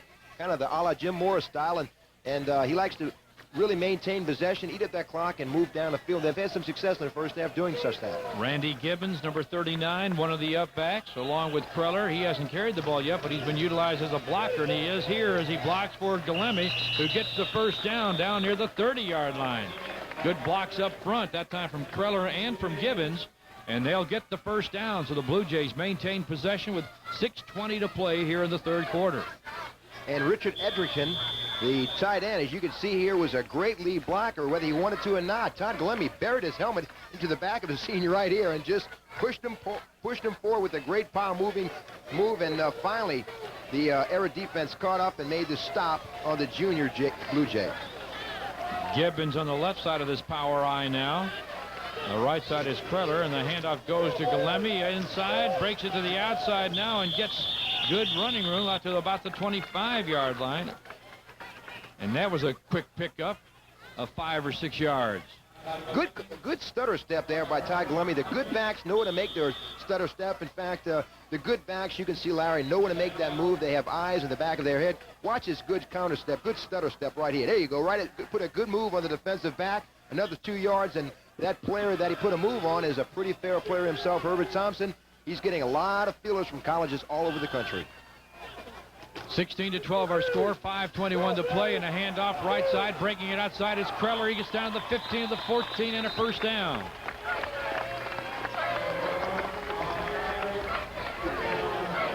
Kreller only 5'10", 180 pounds, and once again, Herbert Thompson is making most of the tackles for the Patriots. That's going to be one tired defensive back when this night comes to an end. Kreller really doesn't get the credit that Todd Galemi does. That play was very slow developing right here. Gives it on the inside in the handoff right here, and Kreller hits the inside off tackle, squirts it outside, puts his head down into Thompson, gets the help from the outside, and a great gain, knocking out the door at the 15. 1st and 10, and Galemi to the left side this time, and he's not going to get much. He may have gotten a yard on second effort down to the 14-yard line, but that was tough. For now, it'll be 2nd down and about 9. 4:40 to play in this 3rd quarter, 16-12, and it'll be 2nd down for the Blue Jays. Kreller fast approaching the century mark on the ground. 10 carries, 75 yards, has yet to score, but I tell you what, the Jays are knocking at the door, much to the effort of Brett Kreller. And here's Kreller running outside to the left, and he's going to get it down to about the 11-yard line. Good fake from Ryan Bro, the quarterback, and good running from Kreller. That should be a gain of nearly 4 yards, and it'll bring up a 3rd down situation. They've got to get it down to about the 5-yard line, though, for the 1st down. In fact, let's see. They got to get down, right to the 5. So they've got a little running room yet to go. They're just outside the 11. Brett Kreller, 3rd down and a long 6. You saw Brett Kreller switching hands from right to left, and that's what all good backs do. They keep that ball to the outside arm to keep it away from the defensive backs, keep it from being exposed to a fumble. This isn't going to get the 1st down. They're outside to about the 8-yard line with a carry down from Todd Galemi. Try to break it off the right. No, it is Kreller, number 26, not 21. Didn't get the 1st down. They're going to bring on the special team unit now, and we'll see what they'll try here. Looks like Jesuit will go for the 3. Parrish Childress will hold. Now, he's got a strong arm. He can throw if he comes up. You've got Pat Neely trying the extra point. And, of course, Neely, he has the leg. They said... They've called a timeout. Let's take the break. We'll be back in a moment with more high school football action. This is the Cox Cable WSMB Prep Game of the Week. You're listening to high school football on WSMB 1350 AM. The best ribs in town. And the best prep highlight show in town. Stonebreakers Restaurant and WGNO TV connect on Friday Night Football. Each Friday night, watch the award-winning Friday Night Football at 10:30 on our big screen. If you're hustling back from the game, don't worry about missing a thing. We'll replay the show from 11 to midnight, serving a special Friday Night Football menu. That's Friday Night Football at Stonebreakers Restaurant. The place to be after the game.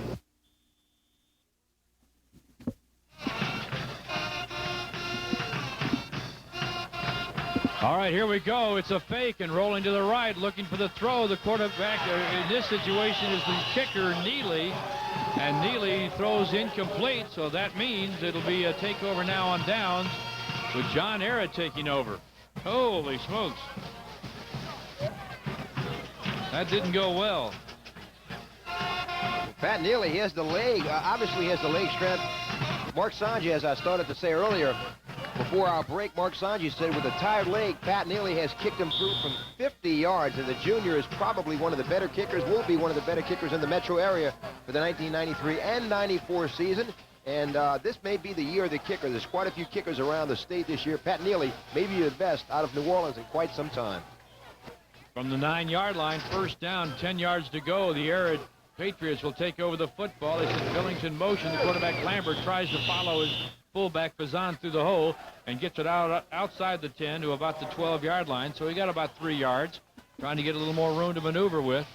I don't know, a 3-pointer there would have given a 7-point lead to Jesuit. The ball just short of the 12-yard line.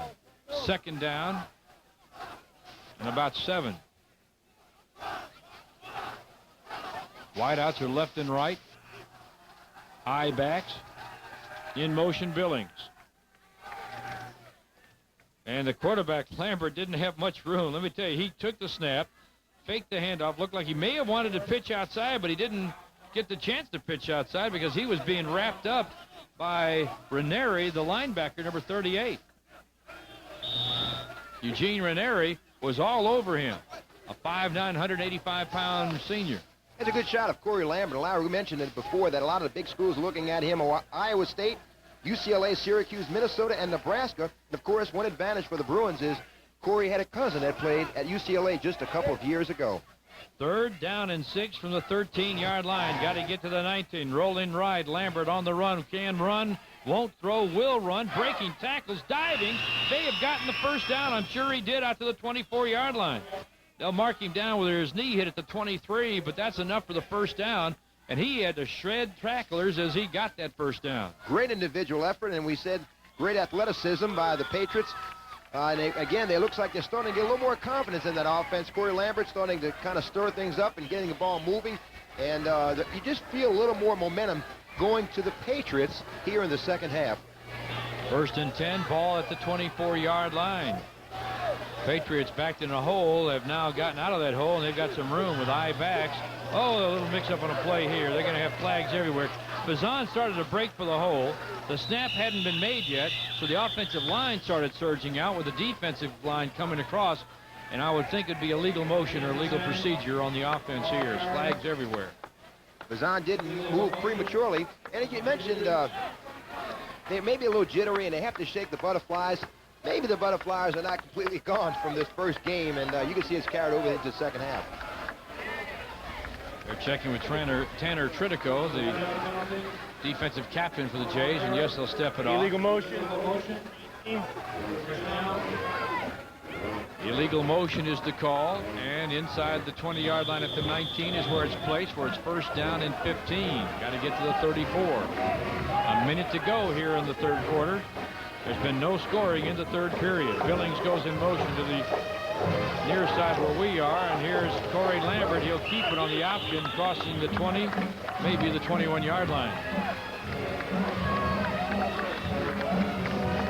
He would if he had made a pitch then. I think that they would have gone all the way down the sideline with that one. Corey Lambert displaying some great broken field running, cutting back across the field, but it goes to show sometimes defensive coaches will take the players to stay at home, and this once it pays off for Santa Tritico as Corey Lambert runs right into number 99, and he makes the stop with some help from some of his teammates, and a long gain was turned into a short gain for Corey Lambert because of great defensive play effort. Lambert faking, play action, throwing deep, going long, has a man, receiving it at the 40, to the 30, to the 20, and going in for the touchdown is number 81, Sean Gallimore. Sean Gallimore takes it in and runs it in, and that is 79 yards for the score. And he beat left cornerback Will Murphy with just sheer speed, and it shows what kind of arm strength Corey Lambert has. He just aired it out, shows he's not just a running quarterback.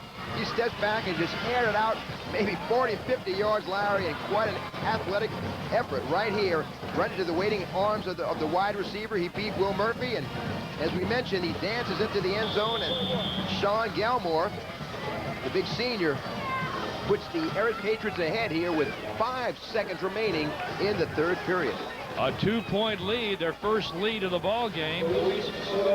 Now they'll try the point after to make it a 3-point lead. The snap, placement down, kick is up, and it is good.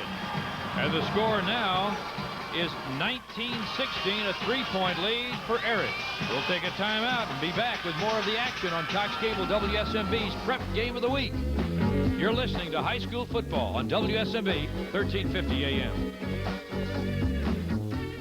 The 94s are coming, and the 93s must go. And at the original Bone Ford in New Orleans, we're slashing the prices on all new 93s to make room for the 94s. You can get a new 93 Crown Victoria at $3,500 off, or take the Bronco with $6,800 off, or the exciting Taurus SHO with $6,500 off. And they've got all the extras. Every new car, truck, and van will be drastically reduced, so hurry in for low prices, high trade-ins, and low interest rates. These deals won't last long, so come to the original Bone Ford in New Orleans, your 15-minute confidence dealer. Oh,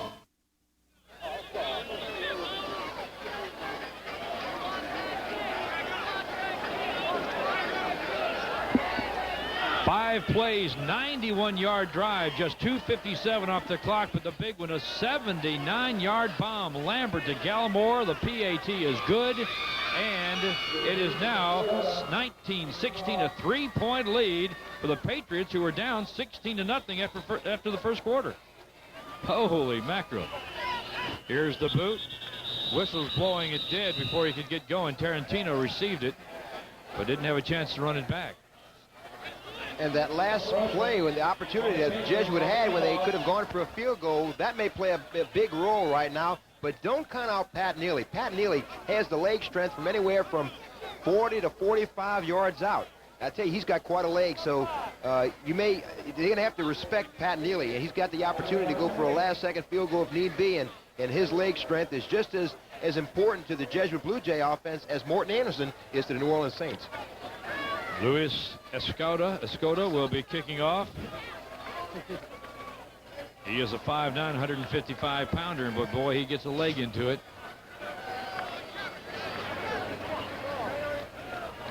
And we're waiting now as they shift the back over Tarantino way over to the near side. And a new guy will run up and kick it. Well, they tried to change it up a little bit. Well, that was Escoda. And here's a ball out to about the 28, 29-yard line as flags go down all over the place. Tarantino fielded it. I watched Escoda line up, and then he went around and he ran it down. He kicked it from almost like an onside kick from the far end of that lineup. Might have been a face mask, Larry. Well, it'll be 1st and 10. We haven't seen the new blood rule in effect tonight, and although it is, thank goodness for that. For those fans not aware of that new rule in high school football, if any player during a play has any kind of a bleeding, like a nosebleed, a scrape, an abrasion, a cut, whatever, he must come out and have that attended to before he goes back into play. You can see here it looked like it was going to be a middle return, but because of the we got a face pursuit, mask on the white team. First down. Because of the pursuit, he caused Tarantino to go outside and make it a little easier for the onrushing defenders to make the tackle for the Patriots. And now we begin the 4th period with Ehret holding a slim 3-point lead over Jesuit. Yeah, we'll take a timeout. That's the end of the 3rd quarter. Score of 19-16. Ehret by 3. And we'll be back with more of the action of this Cox Cable WSMV Prep Game of the Week. This fall, the new force in prep football is back on Channel 26. Friday Night Football, hosted by Ed Daniels and one of Louisiana's winningest football coaches, J.T. Curtis. Job last year, got Chalmette. The only place for New Orleans sports fans to catch the complete wrap-up of prep football action is... Congratulations to them and their coach. Friday Night Football, live, Fridays at 10:30 on WGNO.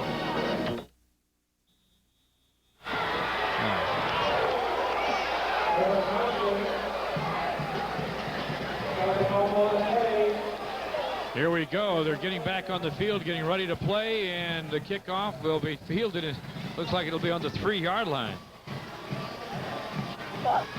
Quite frankly, they're fired up over on the Ehret side. But they got the football. It's like Herbert Thompson ran that one back to put the Patriots ahead 25-16, and once again the tide is beginning to shift to the Patriots. As you Here comes the extra point. We'll take a look at it again. Here's what's happened. The kickoff went downfield, and as you can see, the ball was knocked loose and popped loose, and here, well, the blocking was there, and here we go with Edmund running it back, Edmund Johnson, and he got it all the way back for the score, and Ehret, with the extra point, has taken the lead, 26-16, with 11:45 to go. Was it Thompson? Thompson, 21. That's who it was for Ehret. Herbert Thompson takes it in for the score. We'll take a timeout. We were looking down at our score sheet when that happened, but we'll recap it for you. It is 26-16, and you're listening to the Cox Cable WSMV Prep Game of the Week, and this is high school football on WSMV 1350 AM. The best ribs in town. And the best prep highlight show in town. Stonebreakers Restaurant and WGNO TV connect on Friday Night Football. Each Friday night, watch the award-winning Friday Night Football at 10:30 on our big screen. If you're hustling back from the game, don't worry about missing a thing. We'll replay the show from 11 to midnight. serving a special Friday night football menu. That's Friday Night Football At Stonebreaker's Restaurant. the place to be after the game.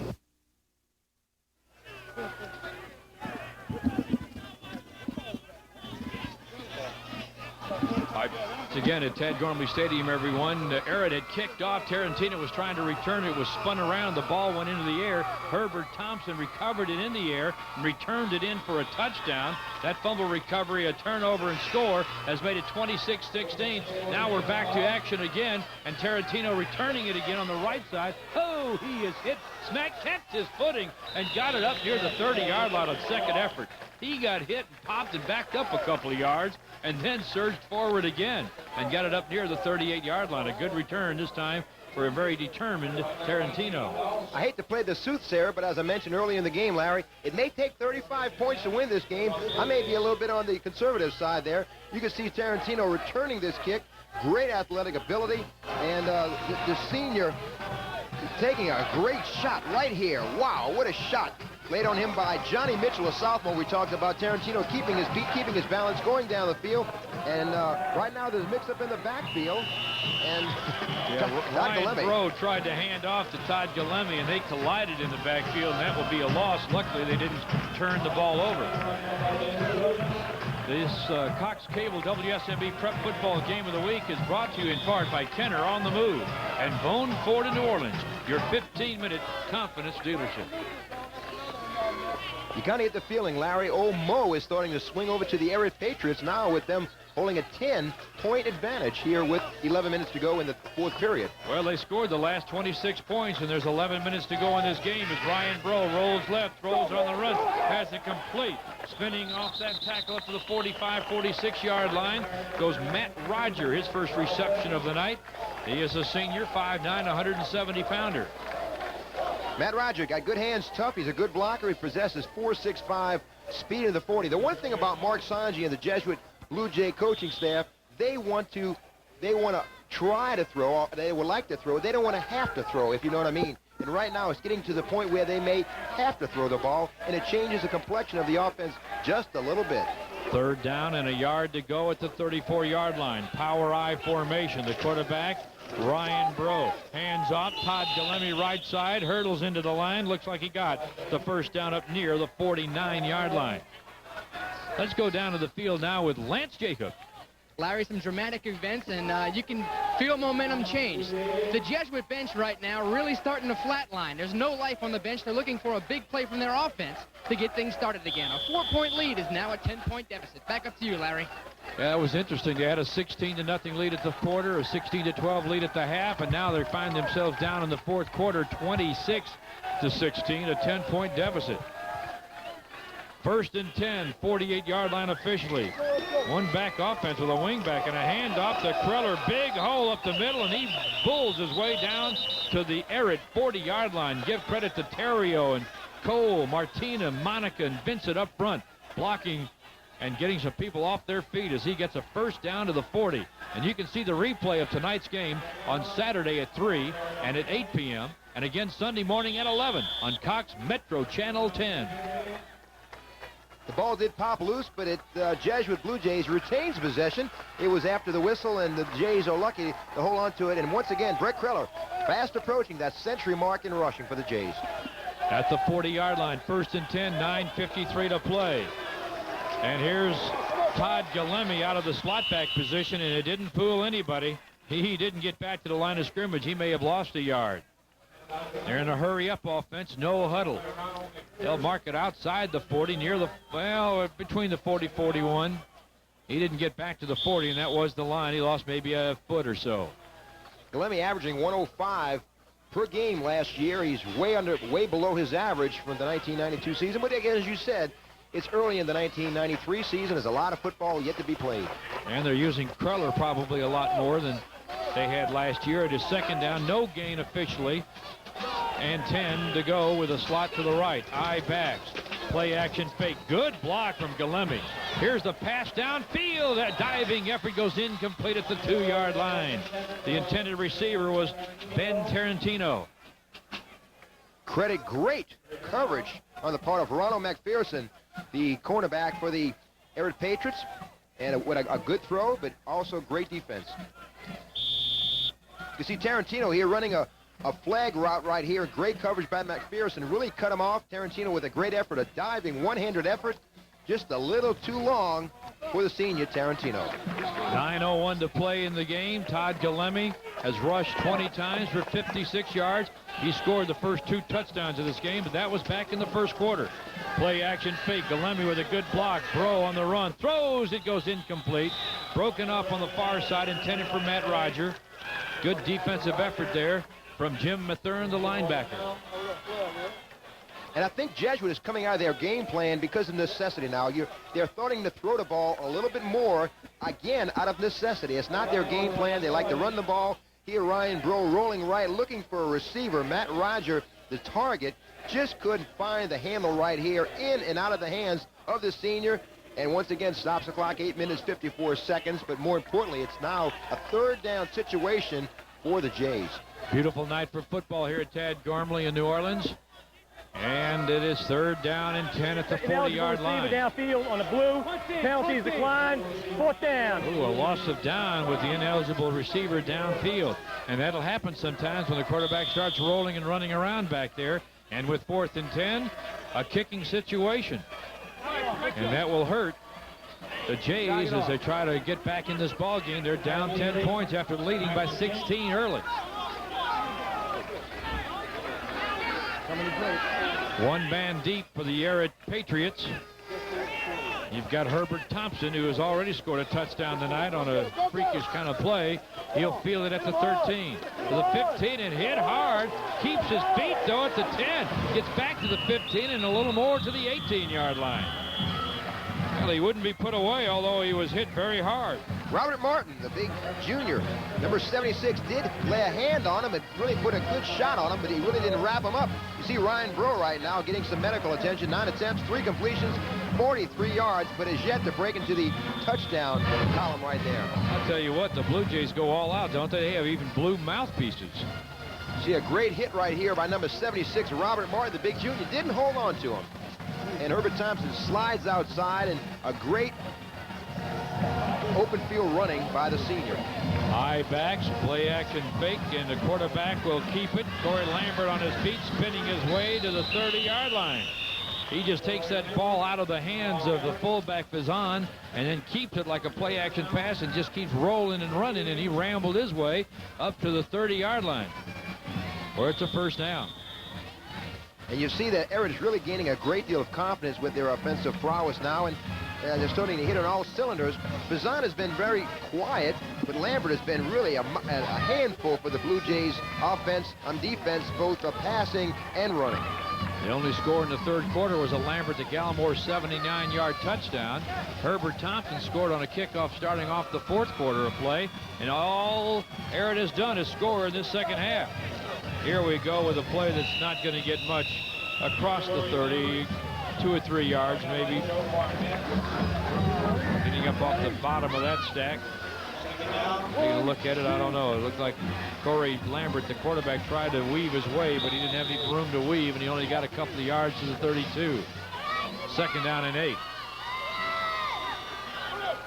He really couldn't turn that corner. He didn't have a lot of hitch in his giddy-up and couldn't get outside. It was strictly a quarterback keeper the whole way.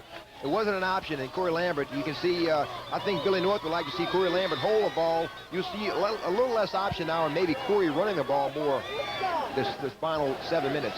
Gallimore is wide to the right. Here's a rollout, and he's going to keep it, but he's going to be stacked up behind the line of scrimmage. Fought his way back to the 30, but that's a loss of a couple of yards.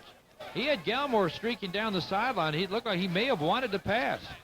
Let's go to the sideline again with Lance Jacob. Lance? Larry, immediately behind me, Ryan Bro is receiving attention to his right leg. Cramps may have claimed their 2nd victim. And with 7:13 left in the game, down by 10, you may see Parrish Childress, the passing quarterback, come in at the end of the game. Back up to you, Larry. Of course, those cramps can be rectified, but there's 7:13 to play. That's one factor. Roger Pino is back in the lineup. Face mask. He went out on the for a blue while. team. It's a 1st down. So Pino is back defensively, but that face mask costs them dearly because it is a 1st down at the 45-yard line. And as Lance alluded to, Parrish Childress is the passing quarterback of this duo, even though Ryan Bro has thrown quite a bit. They like the way Parrish Childress throws the ball. The junior, 5'10", 160, a fiery competitor, and you may see this offense maybe get a kickstart here when the Jays get the ball back. And that's the key. They've got to get the ball back and stop the Patriots from moving it. 1st and 10 at the 45. Blitz is coming, and a fake handoff, and the quarterback Lambert will edge his way out for about 4 near midfield at the 49. They were coming with everything that time. And I think you can credit Corey Lambert with a great read and an adjustment there. That may have been a different play than was designed, and Corey Lambert just keeps the ball and moves it up the field about 4 or 5 yards. But as you said, that blitz was coming. Jesuit really coming real hard now in a blitz. And Lambert up to 68 yards. He has a touchdown of 4 yards tonight. At the 49-yard line, it is 2nd down and 6 with 6:14. The clock starting to become a factor now in this 4th quarter. High backs. Bazan, the big man, is the F-back. Billings in the slot. Bazan, no, it's a fake. Lambert kept it and didn't get anything. He stayed right where he was. That play was very effective in the first half, but the Jays have made some defensive adjustments. Not so effective now. Next week, Cox Cable will bring you Shaw and Hahnville from Tiger Stadium in Hahnville. Now that Cox Cable has expanded into St. Charles Parish. Hey, the Tigers are the defending state champions. Looking forward to that game. And Shaw and Hahnville will be equally as interesting as this contest right here at Ted Gormley Stadium between the Jays and the Patriots. 5:33. Clock continues to move. 3rd down. Big play. 5 yards to go. Ball at midfield. Ehret with the ball. Lambert dropping, wants to throw. Rolling, he may be sacked. He escapes the rush. Running with the football now and free. Breaks tackles at the 45-40. 30-30 down to the 20. Down to the 15, down to the 10, and down inside the 10 at the 8-yard line. And a saving tackle there kept him from scoring a touchdown. Holy smokes, what a play. And Eugene Ranieri had him bottled up in the backfield. As you can see coming right here, Ranieri has him bottled up, just got away from him right there. He could have made the tackle. Lambert is just too elusive. Great open field running, great cuts right here, cutting back, weaving through the Jesuit Blue Jay defense, caught them all by surprise, and it looked like he was goal-bound until a great saving tackle saved 6 points for the Jays. And now they're knocking on the door. Try to making that tackle, and 111 yards now for Lambert. He's over the century mark with 16 carries. Most of those yards on that run right there. And that was a 3rd and 5, big play time. Looked like he would be sacked back for the loss, and instead he turns it into a big 1st down gainer, and it's 1st and goal at the 8. Lambert, big hole, right side, touchdown from the 8-yard line. And Ehret has jumped on top now, 32-16. And just left a door wide open for Corey Lambert to go untouched into the end zone. He was a fake over right guard, and we mentioned a few minutes ago that perhaps Corey Lambert may keep the ball a little bit more. He has done so, and with a great deal of success. You see Corey Lambert right here, virtually untouched, right over right guard. No one was keying on Lambert, and once again, they increased their lead. They doubled the score of the Jays, 32-16, with 4 minutes and 41 seconds. There will be a tough uphill task for the Jays when they get the ball back. Point after now try will be made at 4:41 to go in the game. Snap, placement, kick up. It is good. And it's 33-16. We'll be back with more of the action of this Cox Cable WSMB Prep Game of the Week. You're listening to high school football on WSMB 1350 AM. At the Pontchartrain Center in Kenner, 5 cents goes a long way. The Pontchartrain Center has over 35,000 square feet of exhibit space and 6 spacious meeting rooms, all for just 5 cents a square foot. If you're looking for a place to hold your next convention, meeting, seminar, or banquet, Kenner's Pontchartrain Center is New Orleans' newest meeting alternative. All meal functions are catered by Marie's to assure the finest in banquet cuisine. When you're looking for a quality convention or meeting facility with affordable rates, call the Pontchartrain Center in Kenner.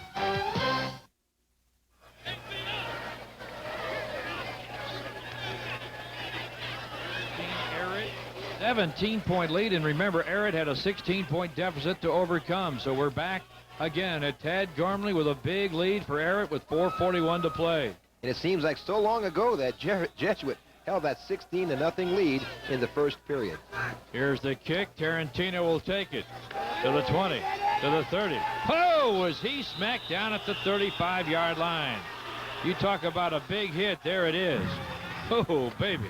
looked like it might have been Troy Miles, number 20, I believe, that came down to make it, or was it 94? Johnny Mitchell, and we keep talking about Johnny Mitchell, the big sophomore, 6'4", 275, only 15 years old, Larry, but from all indications, they said he has all the tools. He will be a bluest of the blue chip players in 1995. Remember that name, Johnny Mitchell.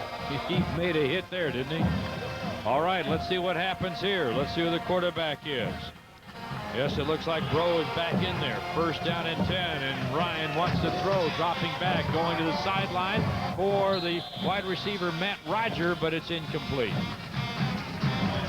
Again, the defensive tandem of McPherson and Thompson on the coverage. That's going to be tough to throw into those two guys, especially with Thompson, who has been the interception leader 3 straight years.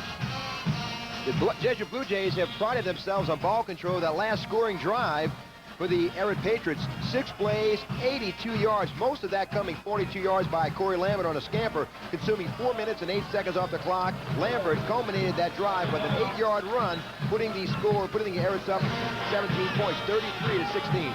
Bro on the run, gets it to Tarantino, who tries to break a tackle, gets it out of bounds perhaps. No, the clock is continuing to run. He did not get it out of bounds. Terrence Evans over there, the strong safety, a senior, making the hit and making the coverage, and it'll be a 3rd down and short yardage play coming up with no huddle. They're calling an audible with the quarterback, Ryan Bro. He's rolling left. He's got 3 receivers on this near side, throwing on the run. Caught by Tarantino. Nice fingertip grab and a first down across midfield down to about the 42-yard line of Ehret. 3:52. The clock stopped momentarily. 33-16 as they move the chains up. We've had a slight earthquake here in the press box, but everything is still intact. All right, first down and 10. Bro dropping and rolling to his right. Has plenty of time and room. Throws, and a sliding catch made just short of the 30-yard line by Matt Roger. That is short of a first down, but a good catch. Did he get out of bounds? Clock stopped at 3:32, and that's only to set the ball, I think, in play. We'll see. Some game faces on the Jesuit Blue Jays on the sidelines. They try so desperately to cut back on that lead, 17-point deficit. The Jays right now facing a tough situation. Ryan Bro rolling right, looking for a receiver, throwing on the run, rolling to his right, hitting the receiver right near the sideline. Roger makes the catch. Now coming back the other way, rolling to the left. Ball could have been intercepted, was not. It had a chance to be picked off. Looked like for a moment there that Terrence Evans would go with it, but it went off his shoulder pads into the turf, incomplete. Terrence Evans just got some jawing from Billy North, coach of the Ehret Patriots, for perhaps some instructions on the sidelines. He comes back, nearly makes the interception, and stops the clock with 3 minutes, 20 seconds, Larry. And the Jays are facing a 2nd down and 2nd and 10, and an uphill struggle right now to cut back on this large deficit they're trying to overcome. At the 31-yard line of Ehret, Jesuit with the football. 2 wideouts to the left, Roger and Tarantino. Rolling to the left now is the quarterback. Bro with time will keep it now, and he will only get back to the 30-yard line. Got a yard out of it, but that's not going to be enough. It'll be 3rd and long. 3rd and 10. They're going to call a quick timeout. We can take a break here, and we'll do it with timeout. 3:09 to play in this 4th quarter. You're listening to the Cox Cable WSMB Prep Game of the Week. You're listening to high school football on WSMB 1350 AM. The 94s are coming, and the 93s must go. And at the original Bone Ford in New Orleans, we're slashing the prices on all new 93s to make room for the 94s. You can get a new 93 Crown Victoria at $3,500 off, or take the Bronco with $6,800 off, or the exciting Taurus SHO with $6,500 off. And they've got all the extras. Every new car, truck, and van will be drastically reduced, so hurry in for low prices, high trade-ins, and low interest rates. These deals won't last long, so come to the original Bone Ford in New Orleans, your 15-minute confidence dealer. Tad Gormley Stadium, the prep game of the week, 3:09 to go, 33-16 Ehret. We'd like to thank Prime Equipment in West Wego for providing the scissor lift camera platform, high-tech signs in Harahan for our banners, and Coca-Cola for the use of their suite for our press box tonight. Okay, here we go with 3rd down and 9. Ball at the 30-yard line. Jesuit with the football and down by 17. Little reverse to Todd Galemi. Breaking tackle to the 20 and out of bounds inside the 10-yard line at the 8. And Todd Galemi once again taking a cross-buck handoff and scooting down the sidelines before he was stopped close to the goal by Tony Barnes. And you see with taking a cross-buck handoff right here around the left side. He's going to switch the ball to his left hand, or should at least. He's got to protect that ball because a fumble can be caused if a defender grabs at the ball. He's holding it in his right hand. It's very accessible to a fumble. You've watched Todd grow up at Mus Bernalino in the little kids football, and now he's playing big-time high school football, dropping and rolling his bro, looking to throw, turning it upfield to the 5, to the 3, to the 2-yard line. It'll bring up 2nd and goal from around the 2. It appeared that Bro thought he was in the end zone. He slowed up for some reason. Really, it's unexplained reason. It looked like Ryan Bro began to slow up just a little bit. He's looking for a receiver right here. Decides to tuck it and go. And as he turns it up near the 5-yard line, he seems to slow up. Right here, for some unknown reason, brought down, fumbles the ball, but they said the ball will remain in the possession of the Blue Jays.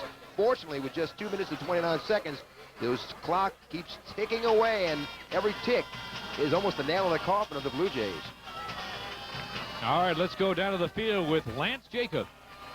Larry, Renee noticed that Ryan Bro may have slowed up in that last play. Don't forget, he suffered the leg cramps a little bit earlier, so he may be getting some more of those right now. That may have been a reason for him slowing up. Back up to you, Larry.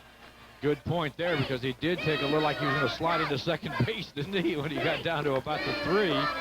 Kind of ran out of gas there and was dropped at the 2. Well, Todd Galemi, we've talked about so much, may get the ball here. He has scored 2 touchdowns in the opening quarter. I bet you his dad's Tony Galemi out there in Kenner. I'm just going to take a wild shot at that.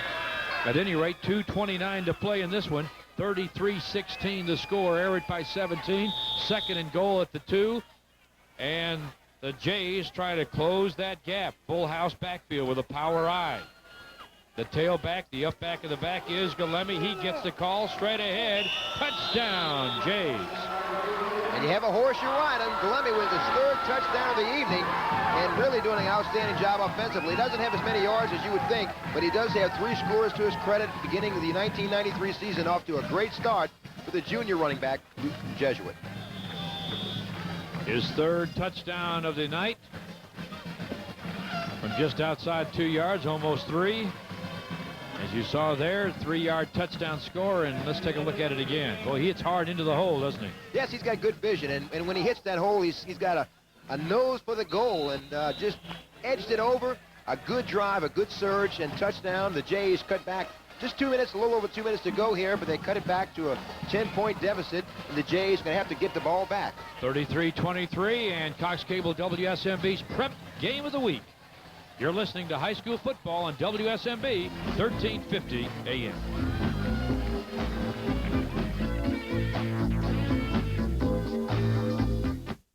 This fall, the new force in prep football is back on Channel 26. Friday Night Football, hosted by Ed Daniels and one of Louisiana's winningest football coaches, J.T. Curtis. Job last year got Chalmette. The only place for New Orleans sports fans to catch the complete wrap-up of prep football action is... Congratulations to them and their coach. Friday Night Football, live, Fridays at 10:30 on WGNO. 33-23, 2:26 to play in the game. An onside kick goes through the legs. It's loose. It looks like ball, and the Jays may have, and they have got the onside kick at midfield and across that to the 40-yard line of the Patriots. Oh, baby. Hold on to your hat. This one's not over yet. The 39-yard line, and the Jays have possession. And this is the way you draw it up, and let me tell you, Larry, when this thing works, you have a lot of fingers and a lot of toes crossed because it just bounced right into his hands, and the Jays have possession and new life right in. They're knocking out the door at the 40-yard line. Great individual effort by the Jays, number 16, Bobby O'Neill. Bobby O'Neill came down with it. Now dropping and rolling is Bro. Rolling to the right and throwing. Complete down to the 25-yard line. The catch made there by Matt Rogers. It is a first down and a hurry-up, no-huddle offense for the Jesuit Blue Jays. Yes, they got the first down. They're trying to get the chains moved down. 2:17, 2:16. Clock continues to tick. 10-point ball game. Dropping now and rolling left. Looking to throw. Bro in trouble. He's going to be knocked down. Ball loose. Fumble recovery. It looks like it'll be Ehret. Big play time, and they've come up with a big play with Theo Williams coming up with that football, a sophomore, and that'll be his biggest play of his young career. Yes, Theo Williams, Johnny on the spot. He's not a great one yet, but you can see Ryan Bro rolling to his left here. He's going to take a hard hit right here from number 8. That's Tony Barnes. Tony Barnes took the shot on Ryan Bro, and Theo Williams made the recovery, and Ehret really needs to maintain possession of the ball and eat at that clock, and they have themselves a W for the 1993 season. All right, 2:04 to go, 1st and 10 with the Ehret Patriots, and they'll just keep it right there on the ground. Little quarterback keeper, not much, maybe a yard or so, but more importantly, the clock continues to ramble on.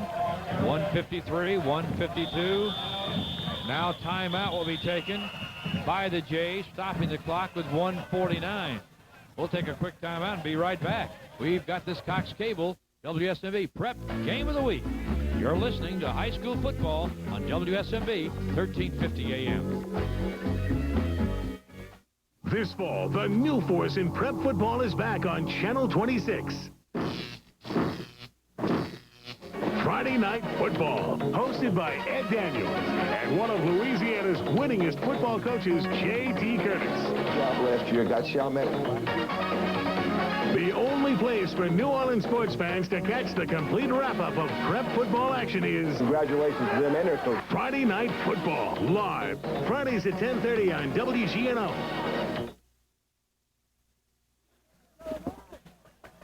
Oh, boy, 1:49 to go. Jesuit needs that football. They had it, but it was knocked loose, and now Ehret with the football, 2nd down and 9 yards to go. Would like to try to run the clock out. You got to try to strip that ball, and it's doubtful they'll do anything fancy with it, so you get a chance to strip it. Billings in motion, handoff. No, he'll keep the football. As I mentioned, he doesn't want to be handing that ball around too much, but Lambert's going to be dropped right there, right where he had it, so it's only a yard if that, and it'll bring up 3rd down. What he's doing is just eating time off that clock. He's not getting anywhere. But precious time continues to tick down to the 1.5-minute mark. 3rd and 9. He's not concerned about adding to his total thus far for the evening. But we talked about earlier, Larry, 35 points may win this game. We were very, very close to that. 33-23, we thought about some offensive fireworks, and we've seen just that this evening here. Down to 1:10. 3rd down, 9 to go. Let's see what they do here. Too much time, and he I think, took that intentionally. Delay of game. Stops the clock with 1:06. But he got done what he wanted. Ball, delay of game, white, 3rd down. And that is getting ticks off the clock. Well, Ehret's off to a pretty good start this year. They had started off poorly in the 1st quarter, much like they did last year where they lost 3 games in a row. But it looks like they have this one in hand with 1:06 to go and with the football with a 10-point lead. Let's see what they do here with 3rd and 14, 1:06 to go, and the clock won't start now until he gets the snap. Corey Lambert with some impressive numbers. Billings in motion, Lambert with the ball. Now he will try to get it out of there, and does. He might get it. He's out to the 40 and out of bounds, stopping the clock. He did not get the 1st down. I don't think he got the 1st down. No, he didn't. He'd have to go all the way up to the 43. Let's go to the sideline and Lance Jacobs.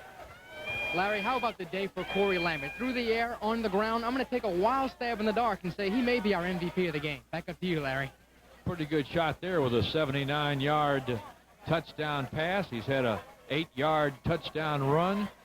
He's had a pretty active night tonight. He had another pass of 27 yards, but that 79-yarder was the one that put him on top for the first time. He's rushed for 131. Boy, oh boy, what a night. Throws for 175, 9 attempts, 6 completions. So, yes, that's a pretty safe bet. 300-yard night. That's pretty good. Down to a minute to go now. 4th down, they're going to go for it, try to keep possession of the football. Who do you go for? I'd have to pile everybody up on that quarterback here. Oh, a little motion. Now, the offensive lineman also moved. Here's the call. What will it be? Was he drawing off? I think that offensive lineman may have flinched. Legal procedure, yes, against the offense. That defense can jump around, but the offense has to stay still. All right, dead ball, false start on the white team. Still playing 4th down. It looked like Chris Anderson, the right tackle for the Patriots, moved prematurely here, Larry. Also the right guard. So you got 2 Patriots moving. Number 71, Kellop Street, and Chris Anderson moved. And now it's a 4th down situation. Remember, Street's a freshman, Anderson's a sophomore. They're learning the game.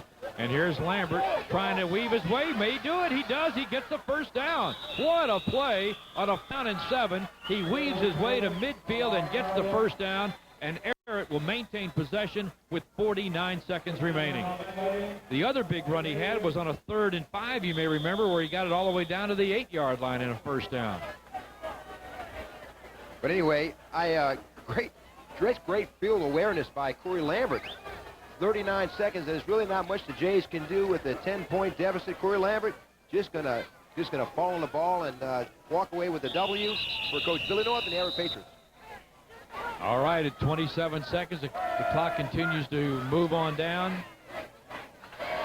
You're showing me that Street is actually a senior, not a freshman, the right guard, and Anderson is the sophomore, the right tackle who moved early. The youngster moving a little early. 12 seconds to go, down to... It's going to be rapid at 12. Halftime deficit, scoring a touchdown in the 3rd quarter, getting the lead, and then continuing to add to that lead and winning this one 33-23. We'll be back to recap this one and talk about it right here in just a moment. You're listening to the Cox Cable WSMB Prep Game of the Week. You're listening to high school football on WSMB 1350 AM. Prep football on Cox Cable was brought to you by Kenner on the Move and Bone Ford in New Orleans, your 15-minute conference dealership. 94s are coming, and the 93s must go. And at the original Bone Ford in New Orleans, we're slashing the prices on all new 93s to make room for the 94s. You can get a new 93 Crown Victoria at $3,500 off, or take the Bronco with $6,800 off, or the exciting Taurus SHO with $6,500 off. And they've got all the extras. Every new car, truck, and van will be drastically reduced, so hurry in for low prices, high trade-ins, and low interest rates. These deals won't last long, so come to the original Bone Ford in New Orleans, your 15-minute confidence dealer. At the Pontchartrain Center in Kenner, 5 cents goes a long way. The Pontchartrain Center has over 35,000 square feet of exhibit space and 6 spacious meeting rooms, all for just 5 cents a square foot. If you're looking for a place to hold your next convention, meeting, seminar, or banquet, Kenner's Pontchartrain Center is New Orleans' newest meeting alternative. All meal functions are catered by Marie's to assure the finest in banquet cuisine. If you're looking for a quality convention or meeting facility with affordable rates, call the Pontchartrain Center in Kenner. This fall, the new force in prep football is back on Channel 26. Friday Night Football, hosted by Ed Daniels and one of Louisiana's winningest football coaches, J.T. Curtis. Job last year, got Chalmette. The only place for New Orleans sports fans to catch the complete wrap-up of prep football action is... Congratulations to them and their coach. Friday Night Football, live, Fridays at 10:30 on WGNO. Back at Tad Gormley Stadium, our final score, John Ehret 33, Jesuit 23. A good opening game for both ball clubs. A 16-0 lead for the Jays evaporated into an Ehret Patriot 33-23 victory. Renee, before I go to you, let's go down to the field. Lance Jacob has got our coach of the game and also player of the game. Let's go to the sideline with Lance Jacob. Thanks, Larry. These men need no introductions. Corey Lambert, 6 for 9, 175 yards. But you got the lead touchdown on the run. Explain that play. Well, the line, they did it like Coach drew it up. And the fullback, Jermaine Fazane, fouled through the hole, and I just fouled him like it was drawn up, like Coach drew it up. Some early mistakes put you down 16-0, but you expressed to me that you really weren't worried. No, we wasn't worried at all. We just, us seniors on the team, we just got to pick the young guys up, just like we were at once, and we did it, and they came along like we expected. Corey, thanks a lot, and best of luck to you in the future.